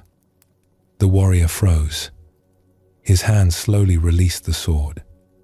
And something in him, something beneath the pride and the anger and the need to be right, began to soften. Because the teacher was right. If everything were truly empty, if the warrior had truly understood what he claimed to understand, then there would be no one to be insulted, no pride to be wounded, no sword to reach for, no temper to lose. The understanding had been in his head, but not yet in his body, not yet in his heart. It was an idea he had learned, not a truth he had lived. And in one small, surprising, slightly humorous moment, the teacher had shown him the gap between knowing something and being something. This is a teaching that runs very deep, and it is one of the gentlest warnings in the Buddhist tradition. It is possible to understand emptiness with the mind and still be completely disconnected from the heart. It is possible to meditate for years, to have genuine insights, to see clearly that the world is flowing and impermanent and empty of fixed identity, and yet to remain, in the most ordinary human ways, a stranger to your own feelings. The warrior's emptiness was real, as far as it went, but it did not go far enough.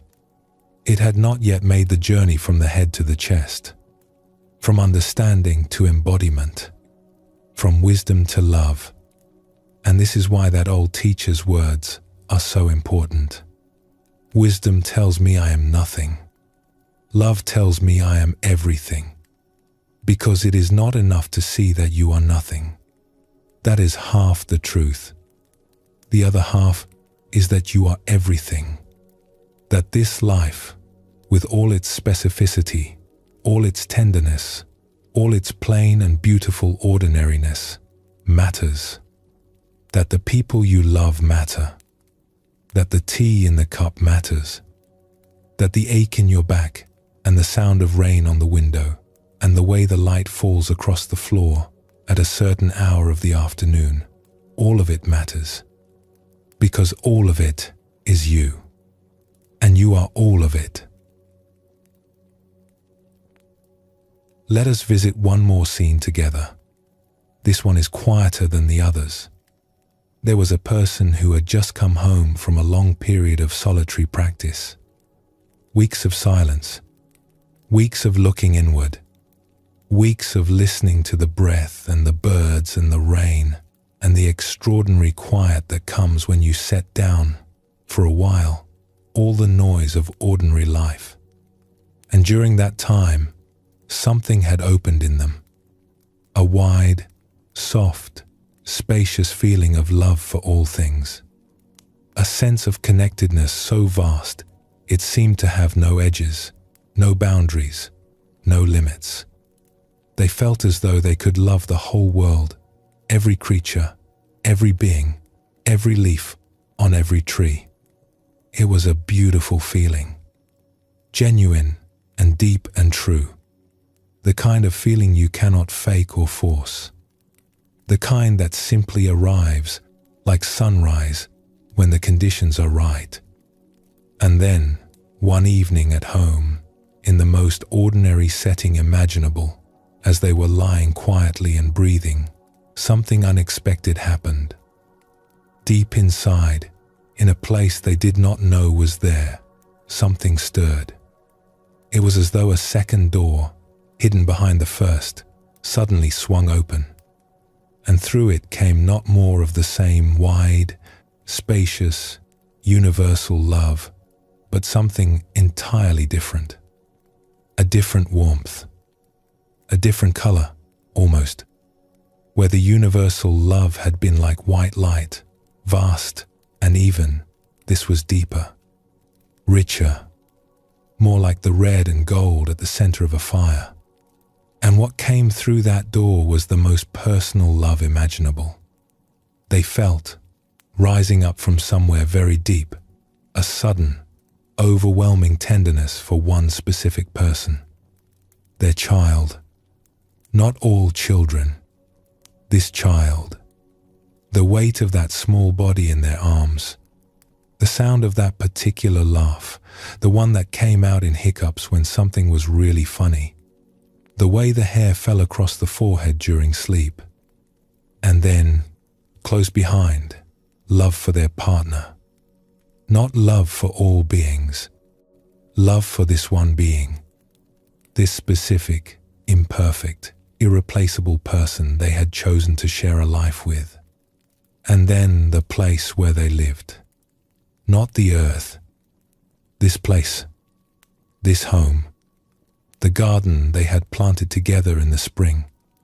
The way the tomatoes smelled on the vine in late summer, warm and green and alive. The creak of the front step that they kept meaning to fix and never did. It was not a step down from the universal love. It was, if anything, deeper, more textured, more alive, as though the vast sky-like love had finally found a place to land, a specific, humble, earthly place, with dirt under its fingernails and a kitchen that needed cleaning. And in landing there, it became something even more beautiful than it had been in the sky. This is the wedding of everything and nothing.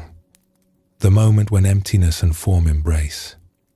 When the vastness discovers that it does not need to stay vast to be true. That it can pour itself into a single child, a single garden, a single creaking step, and lose nothing. Gain everything. This is what wholeness really looks like. Not a choice between transcendence and tenderness. Not a decision to be either the sky or the single blade of grass. But the discovery that you are both. That you have always been both. That the nothing and the everything are not opposites standing on either side of a great divide, but lovers who have been reaching for each other all along. The Buddha did not awaken in order to disappear. He awakened in order to return, to walk the dusty roads again, to sit with people in their confusion and their pain and their ordinary luminous lives, to eat the food that was offered to him and sleep beneath the trees that sheltered him and feel the rain on his face and the earth beneath his feet, to be, as Dogen said, intimate with all things. Not intimate with some grand abstract idea of all things, but intimate with this thing, this person, this moment, this breath. And you do not need 1,000 arms to do this. You only need the two you have, and a willingness to let them reach toward whatever is in front of you, right now, with kindness. To hold what can be held, to touch what can be touched, to offer what you can, even if what you can offer is simply your attention, simply your presence, simply the quiet acknowledgement that you are here, and so is someone else, and that matters. The emptiness you have been discovering all evening, as we have walked through these teachings together, that open, flowing, spacious quality of things, is not the end of the road. It is not the destination. It is the ground on which love stands. It is the space in which tenderness can finally breathe without being crowded or rushed or squeezed into too small a container. It is the stillness out of which the most ordinary, beautiful, unremarkable act of caring can arise. Holding a door for someone who has their hands full. Listening, really listening, to a friend who needs to talk. Sitting quietly beside someone who is going through a difficult time without trying to fix it, just being there. Watching the evening settle over the place where you live and feeling, quietly, gratefully, that it is good to be here, that this is enough, that this has always been enough. These are not small things. These are the 1,000 arms.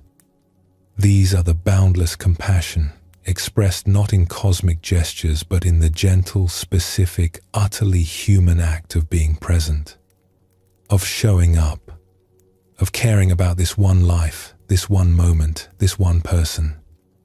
Between nothing and everything, your life moves. And it is a good life. And it is enough. Let us pause here. Let the breath settle. And when you are ready, we will continue together.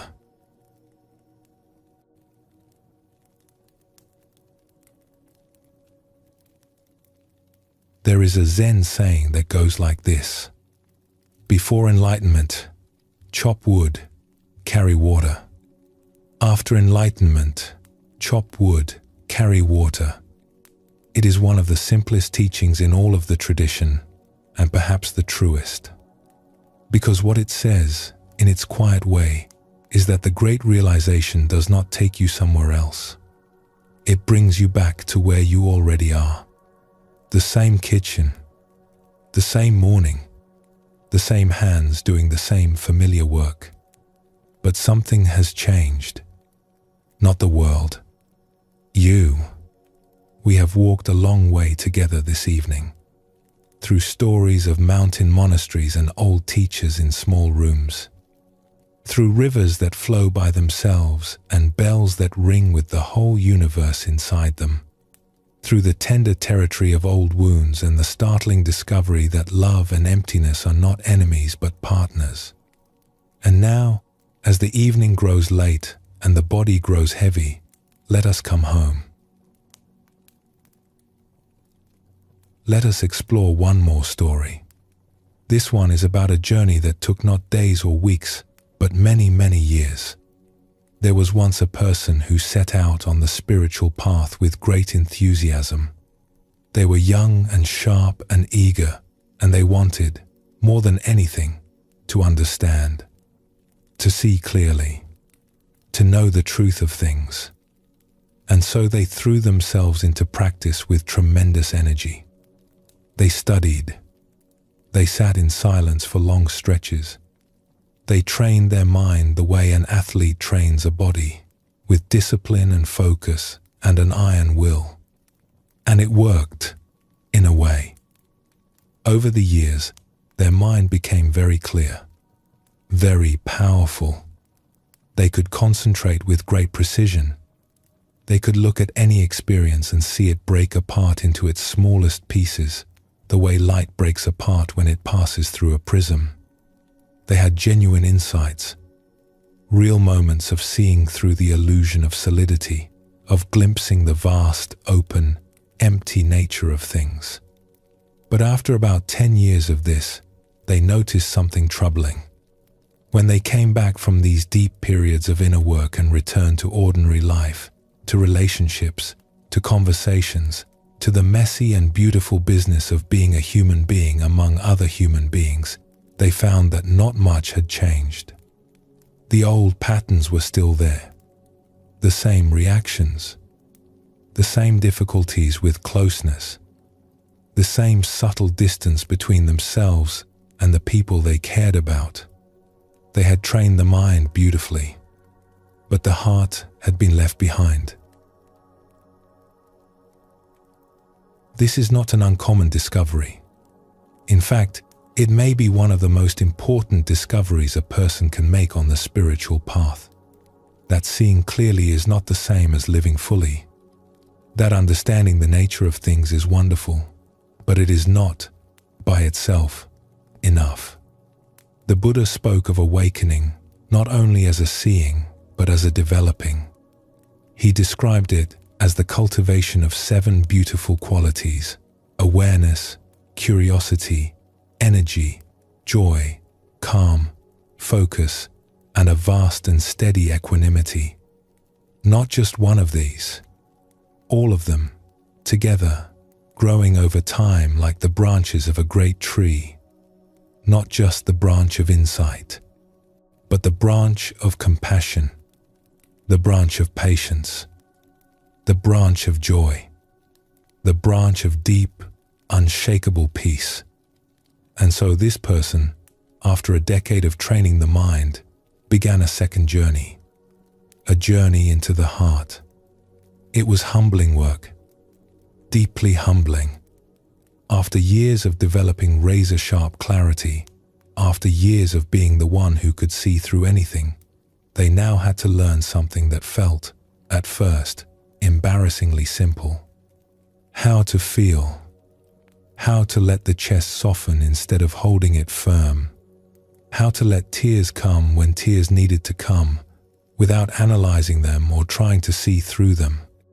How to sit with another person and actually be present with them, not just observing them from behind the glass of a well-trained mind, but meeting them, heart to heart, without armor, without the safety of distance. If the first journey had been about seeing, this second one was about being willing to be seen, to be vulnerable, to let the carefully constructed walls of understanding grow thin enough for warmth to pass through. It took years. It was not always comfortable. There were times when the person felt like a beginner again, fumbling with something that other people seemed to do naturally. But slowly, season by season, something began to change. The clarity they had developed did not go away. It simply found a warmer place to live. The seeing and the feeling began to weave together, the way two rivers merge and become something wider and deeper than either one alone. And then, after another long stretch of years, a third realization came. Quieter than the first two, more humble still. They realized that for all their seeing and all their feeling, they had not yet fully arrived in their own body. They had not yet fully come home to the simple, physical fact of being here, on this earth, in this form, with these hands and these feet and this weight pressing gently against the ground. They could observe the body beautifully. They could place their attention anywhere, in a hand, in a foot, in the rhythm of the breath, with great skill. But there is a difference between observing something and inhabiting it, between watching a house from the outside and actually living in it, hanging your coat by the door, knowing which floorboard creaks, feeling the warmth of it around you like a second skin. And so a third journey began. Not to see, not to feel, but simply to be, to inhabit this life, this body, this moment, all the way. Not as a visitor, but as someone who has finally come home and decided to stay. This story is not about one person, really. It is about all of us. Because these three movements, seeing, feeling, and being, are not stages that you complete and leave behind, like grades in a school. They are more like dimensions of a single, ongoing homecoming. And they do not always happen in order. Sometimes the heart opens first. Sometimes the body leads the way. Sometimes a moment of clear seeing comes before anything else, and the feeling and the embodying catch up later. The important thing is not the order.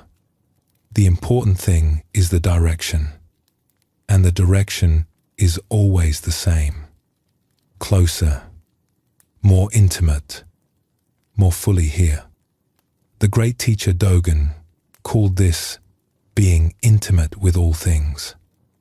And by all things, he did not mean only the grand and the beautiful.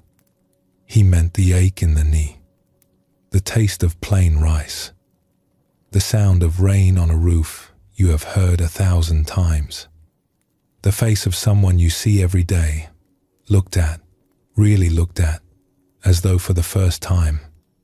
Intimacy with all things, including this body, which has carried you so faithfully for so long, through every season, every joy, every difficulty, without once asking for your gratitude. Including this heart, which has felt so much and is still willing to feel more, still willing to be moved, still willing to open, even after all the times it has been asked to close. Including this mind, which has worked so hard to understand and protect and plan, and which can now, perhaps, begin to rest, to set down its tools, to stop solving and simply be. This is what coming home means. Not going somewhere new, but arriving, at last, in the place you have always been, and discovering that it is good, that it was always good, that the home you were searching for was not at the end of some long road, but right here, under your feet, inside your chest, as close as the next breath. And here, near the end of our evening together, is the gentlest teaching of all, the one that the ancient teachers seemed to save for last, not because it was the least important, but because it is the hardest to believe. You do not have to do this perfectly. You do not need to rush. You do not need to follow a program or hit a milestone or become a certain kind of person by a certain date. You do not need to figure out whether you are on the path of the mind or the path of the heart or the path of the body. You do not need to compare your journey to anyone else's. You do not need to figure out anything at all. Because the truth is, and this is the part that is so hard to believe but so important to hear, something in you already knows how to do this. The same intelligence that breathes your breath and beats your heart and heals a cut while you sleep, the same intelligence that knew how to grow you from a single tiny cell into the extraordinary being you are right now, that same intelligence knows how to open you. It knows what needs to soften and when. It knows what needs to surface and in what order. It knows which door to open next and when you are ready to walk through it. It knows the pace, the rhythm, the timing, better than your planning mind ever could. All you need to do is keep showing up. Keep returning to the present moment, again and again, the way a bird returns to its branch after each flight. Not with grim determination, not with effort or strain, but with the simple, gentle willingness to be here, to be available, to say, quietly, to this moment, I am here. Show me what you have. What needs to open in you will open. What needs to heal will heal. What needs to be felt will make itself felt, gently, in its own time. What needs to be released will find its own way out, the way water finds its way downhill, not because someone told it to, but because that is its nature. Because flowing toward freedom is what life does. You can trust this. You can rest in this. The way you rest in the knowledge that spring will come after winter, not because you made it happen, but because that is how things are. Because something immense and patient and kind is holding this whole process, and it has not once, in all the long ages of the world, forgotten what it is doing. The Buddha was once asked by a student, "What is the essence of your teaching?" And the Buddha replied, "Nothing whatsoever should be clung to. Nothing whatsoever. Not your insights. Not your wounds. Not your ideas about who you are or who you should become. Not even these words you are hearing right now. Let it all be held loosely, the way you hold water in an open palm. Present, but not grasped. Here, but free to go. And in that open holding, in that tender, ungraspable aliveness, something becomes possible that was not possible before. A kind of ease that has no opposite. A kind of peace that does not depend on things going a certain way. A kind of wholeness that includes everything, the seeing and the feeling and the being, the mind and the heart and the body, the vast and the intimate, the nothing and the everything. This is your birthright, not something you earn, something you already are. You are here. You are not here in order to not be here. And so you might as well enter this dance, fully, gently, with the kindness and curiosity and courage that have brought you this far. The wood still needs chopping. The water still needs carrying. But now, perhaps, you do it with a lighter step and a wider smile and the quiet, unshakable sense that you are home. You have always been home. Let us rest here. Let everything settle like snow falling on still water. And when you are ready, we will close together.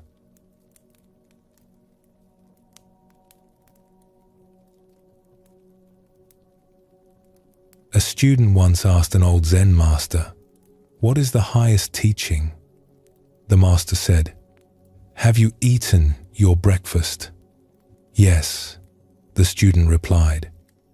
"Then wash your bowl." That was the whole teaching. The student bowed and left. And something in that small exchange, something in the plainness of it, changed everything for him.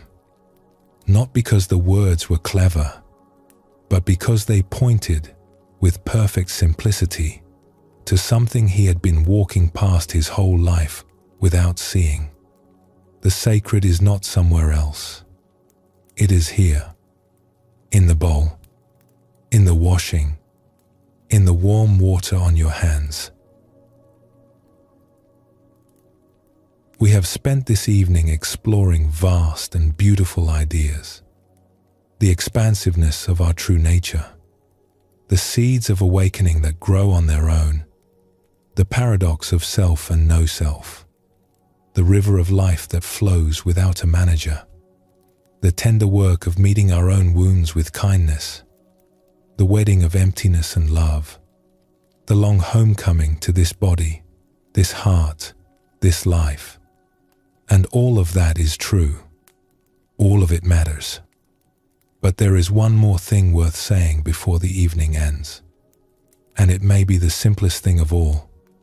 The place where all of these teachings come alive is not on a mountaintop. It is not in a monastery. It is not in some extraordinary state of mind that you achieve after years of effort. It is in the ordinary. In the plain, unremarkable, easily overlooked moments that make up the great majority of a human life. The cup of water you drink before bed, the pillow you adjust beneath your head, the sound of the house settling around you, the warmth of a blanket pulled up to your chin. These are not interruptions to the spiritual life. They are the spiritual life. There is a story about a traveler who went looking for a great teacher. He had heard that this teacher lived alone in the mountains and that his wisdom was beyond anything the traveler had ever encountered. And so the traveler made the long journey, climbing higher and higher, until at last he found a small hut near the top of a ridge, with smoke rising from a chimney. He knocked on the door. An old man opened it. He was wearing simple clothes, nothing that marked him as anything special. His hands were damp, and the traveler could see behind him a small kitchen with a pot on the fire and vegetables laid out on a cutting board. "Are you the teacher?" the traveler asked. "Come in," the old man said. "I am just making soup." The traveler came in and sat down. He waited for the teaching to begin. He waited for the old man to sit across from him and speak profound words about the nature of reality, to guide him in meditation, to transmit some secret that would transform his understanding. But the old man just made soup. He chopped the vegetables slowly with care.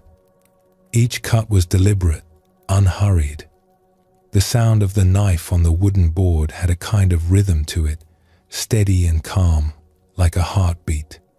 He added the vegetables to the pot one handful at a time and stirred with a long wooden spoon that had been smoothed by years of use.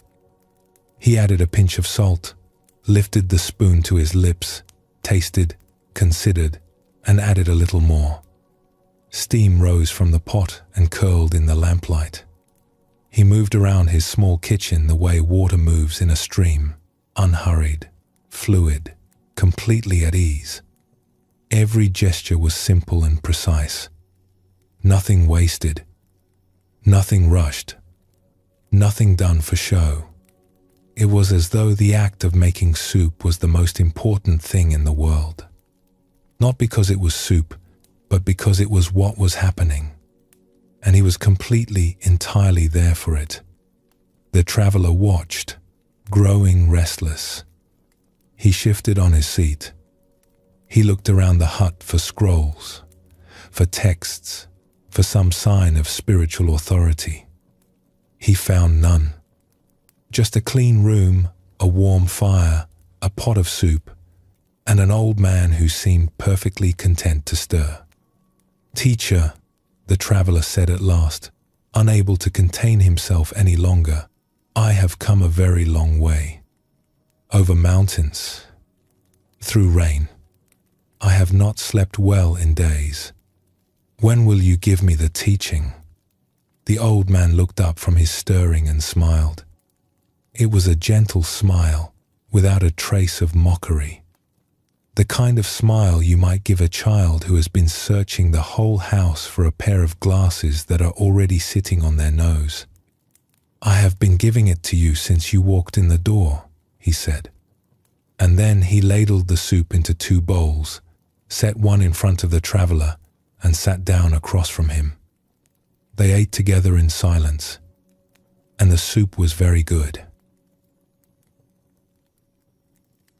This is perhaps the most radical idea in all of Zen, that the highest spiritual attainment is not some blinding flash of insight or some otherworldly experience, but the ability to be fully present with whatever is right in front of you, to chop when you chop, to stir when you stir, to wash the bowl when the bowl needs washing, not because these actions are special, but because you bring the whole of yourself to them. Because in that moment, there is no separation between you and the act. No part of your mind wandering to tomorrow's problems. No part of your heart wishing you were somewhere else. Just this. Completely. The great teacher Thich Nhat Hanh called this washing the dishes to wash the dishes. Not washing the dishes to get them done. Not washing the dishes while planning dinner or replaying a conversation or worrying about next week. But being there with the warm water and the smooth surface of the plate and the gentle sound of it all, as though this were the only moment that had ever existed. Because in a sense, it is. There is a tremendous freedom in this. Because it means that no moment of your life is wasted. No moment is too small or too plain to hold the whole of what you are. The breath you are taking right now is as sacred as any breath ever taken by any monk on any mountaintop in the history of the world. Not because this moment is extraordinary, but because you are here for it. And being here, fully here, is the extraordinary thing. The Buddha, toward the end of his life, gave a teaching that has been passed down through the centuries as one of his most important. He said, "Be a lamp unto yourself." Not be a lamp unto some future, better version of yourself. Not be a lamp unto the self you will become after you have practiced long enough, or read enough books, or sat in enough silence. But be a lamp unto yourself, right now, as you are, with whatever light you have, however dim you think that light might be. This is not a call to self-improvement. It is an invitation to self-trust. To trust that the awareness you have right now, this gentle, ordinary awareness that notices the breath and feels the weight of the body and hears the quiet sounds of the night, is enough, is complete, is whole, is the very lamp the Buddha was talking about. You do not need a brighter lamp. You do not need someone else's lamp. You do not need to wait until you have read all the right books, or had all the right experiences, or become the kind of person you think you ought to be. You only need to stop looking elsewhere and notice that your lamp is already lit.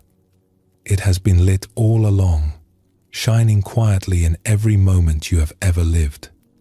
Every time you pause today and notice something, the color of the sky, the feeling of your feet on the ground, the warmth of another person's voice, the taste of something simple that you ate, that was the lamp, shining quietly, without fanfare, without needing anyone to tell it that it was enough. There is something deeply restful about this teaching, because it means the journey is not really a journey at all. It is more like what happens when you stop traveling and look around and realize you have been standing in the garden the whole time. The flowers were always here. The birdsong was always here. The evening light was always falling just like this, gentle and golden and unhurried. You were simply moving too fast to notice. And now you have slowed down. And now you are here. And now, perhaps, you can feel what was always waiting to be felt. The simple goodness of being alive. The quiet miracle of a body that breathes, and a heart that beats, and a mind that can wonder at the strangeness and beauty of it all. In the old Zen monasteries, the daily schedule was not filled with hours of exotic practices or elaborate rituals. It was filled with ordinary things. Cooking, cleaning, walking from one room to another, sitting quietly, eating a simple meal, sweeping a path that would only need sweeping again tomorrow. And each of these was treated as practice, not as a break from practice, not as the boring part you had to get through before the real spiritual work began, but as the practice itself. Each ordinary act was an opportunity to be fully present. Each one was sacred, not because a priest had blessed it or a scripture had declared it so, but because someone was paying attention. Because someone was there, completely there, for the washing, for the sweeping, for the cup of tea held in two hands. A monk once asked his teacher, "What is the meaning of the ancestors coming from the West?" Which was a traditional way of asking, what is the deepest truth of this tradition? The teacher replied, the cypress tree in the garden. Not a philosophy, not a doctrine, a tree, right there, in front of you. That is the deepest truth. The living, breathing, ordinary world met with full attention. This is available to you, not someday, not after you have improved enough or understood enough or become calm enough. Now, in whatever small, plain, ordinary moment you find yourself in next. The spiritual life does not ask you to leave your life behind. It asks you to enter it, all the way, with both feet, with your whole heart, with a kind of gentle attention that makes even the most familiar thing shimmer with newness. And so, as this evening draws to its close, and the body settles deeper into rest, and the thoughts begin to soften like embers in a fire that has burned long and well, consider this. Tomorrow, you will wake up. You will open your eyes. You will feel the first moment of the new day arrive, the way it always does, quietly, without ceremony, as ordinary as anything in the world. Light coming through a window, the feeling of sheets against skin, the slow return of the mind from wherever it has been. And in that moment, before the thinking starts, before the planning begins, before the familiar list of things to do assembles itself in your mind, Before the day takes shape around you like water filling a glass, there will be a small, quiet space. A breath, a pause, a flicker of awareness, brief and bright, in which you are simply here. Not doing, not deciding, not becoming, just being, just awake, just arrived in another morning, fresh and new, like every morning that has ever been. That is the teaching, that small moment, that tiny, easily missed, infinitely precious pause between sleep and waking, between silence and sound, between nothing and everything. The whole of what we have explored tonight lives in that pause. All the vastness and all the tenderness, all the emptiness and all the love. The bowl has been washed. The soup has been made. The old teacher is smiling in his kitchen.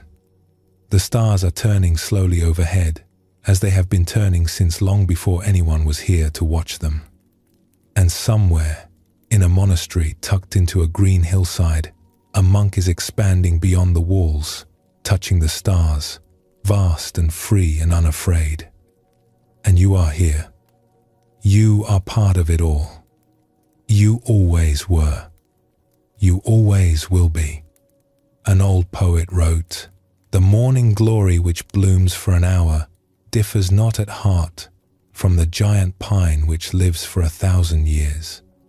Your life, however quiet, however ordinary, however small it may sometimes seem to you, is as whole and as complete as any life that has ever been lived. It lacks nothing. It needs nothing added. It is already, in this very moment, exactly what it is supposed to be. You are whole, and the ordinary life you are living, this night, this breath, this body resting where it rests, is the beautiful, undeniable proof. Let us pause here, one last time. Feel the breath, soft and easy. And when you are ready, we will close together.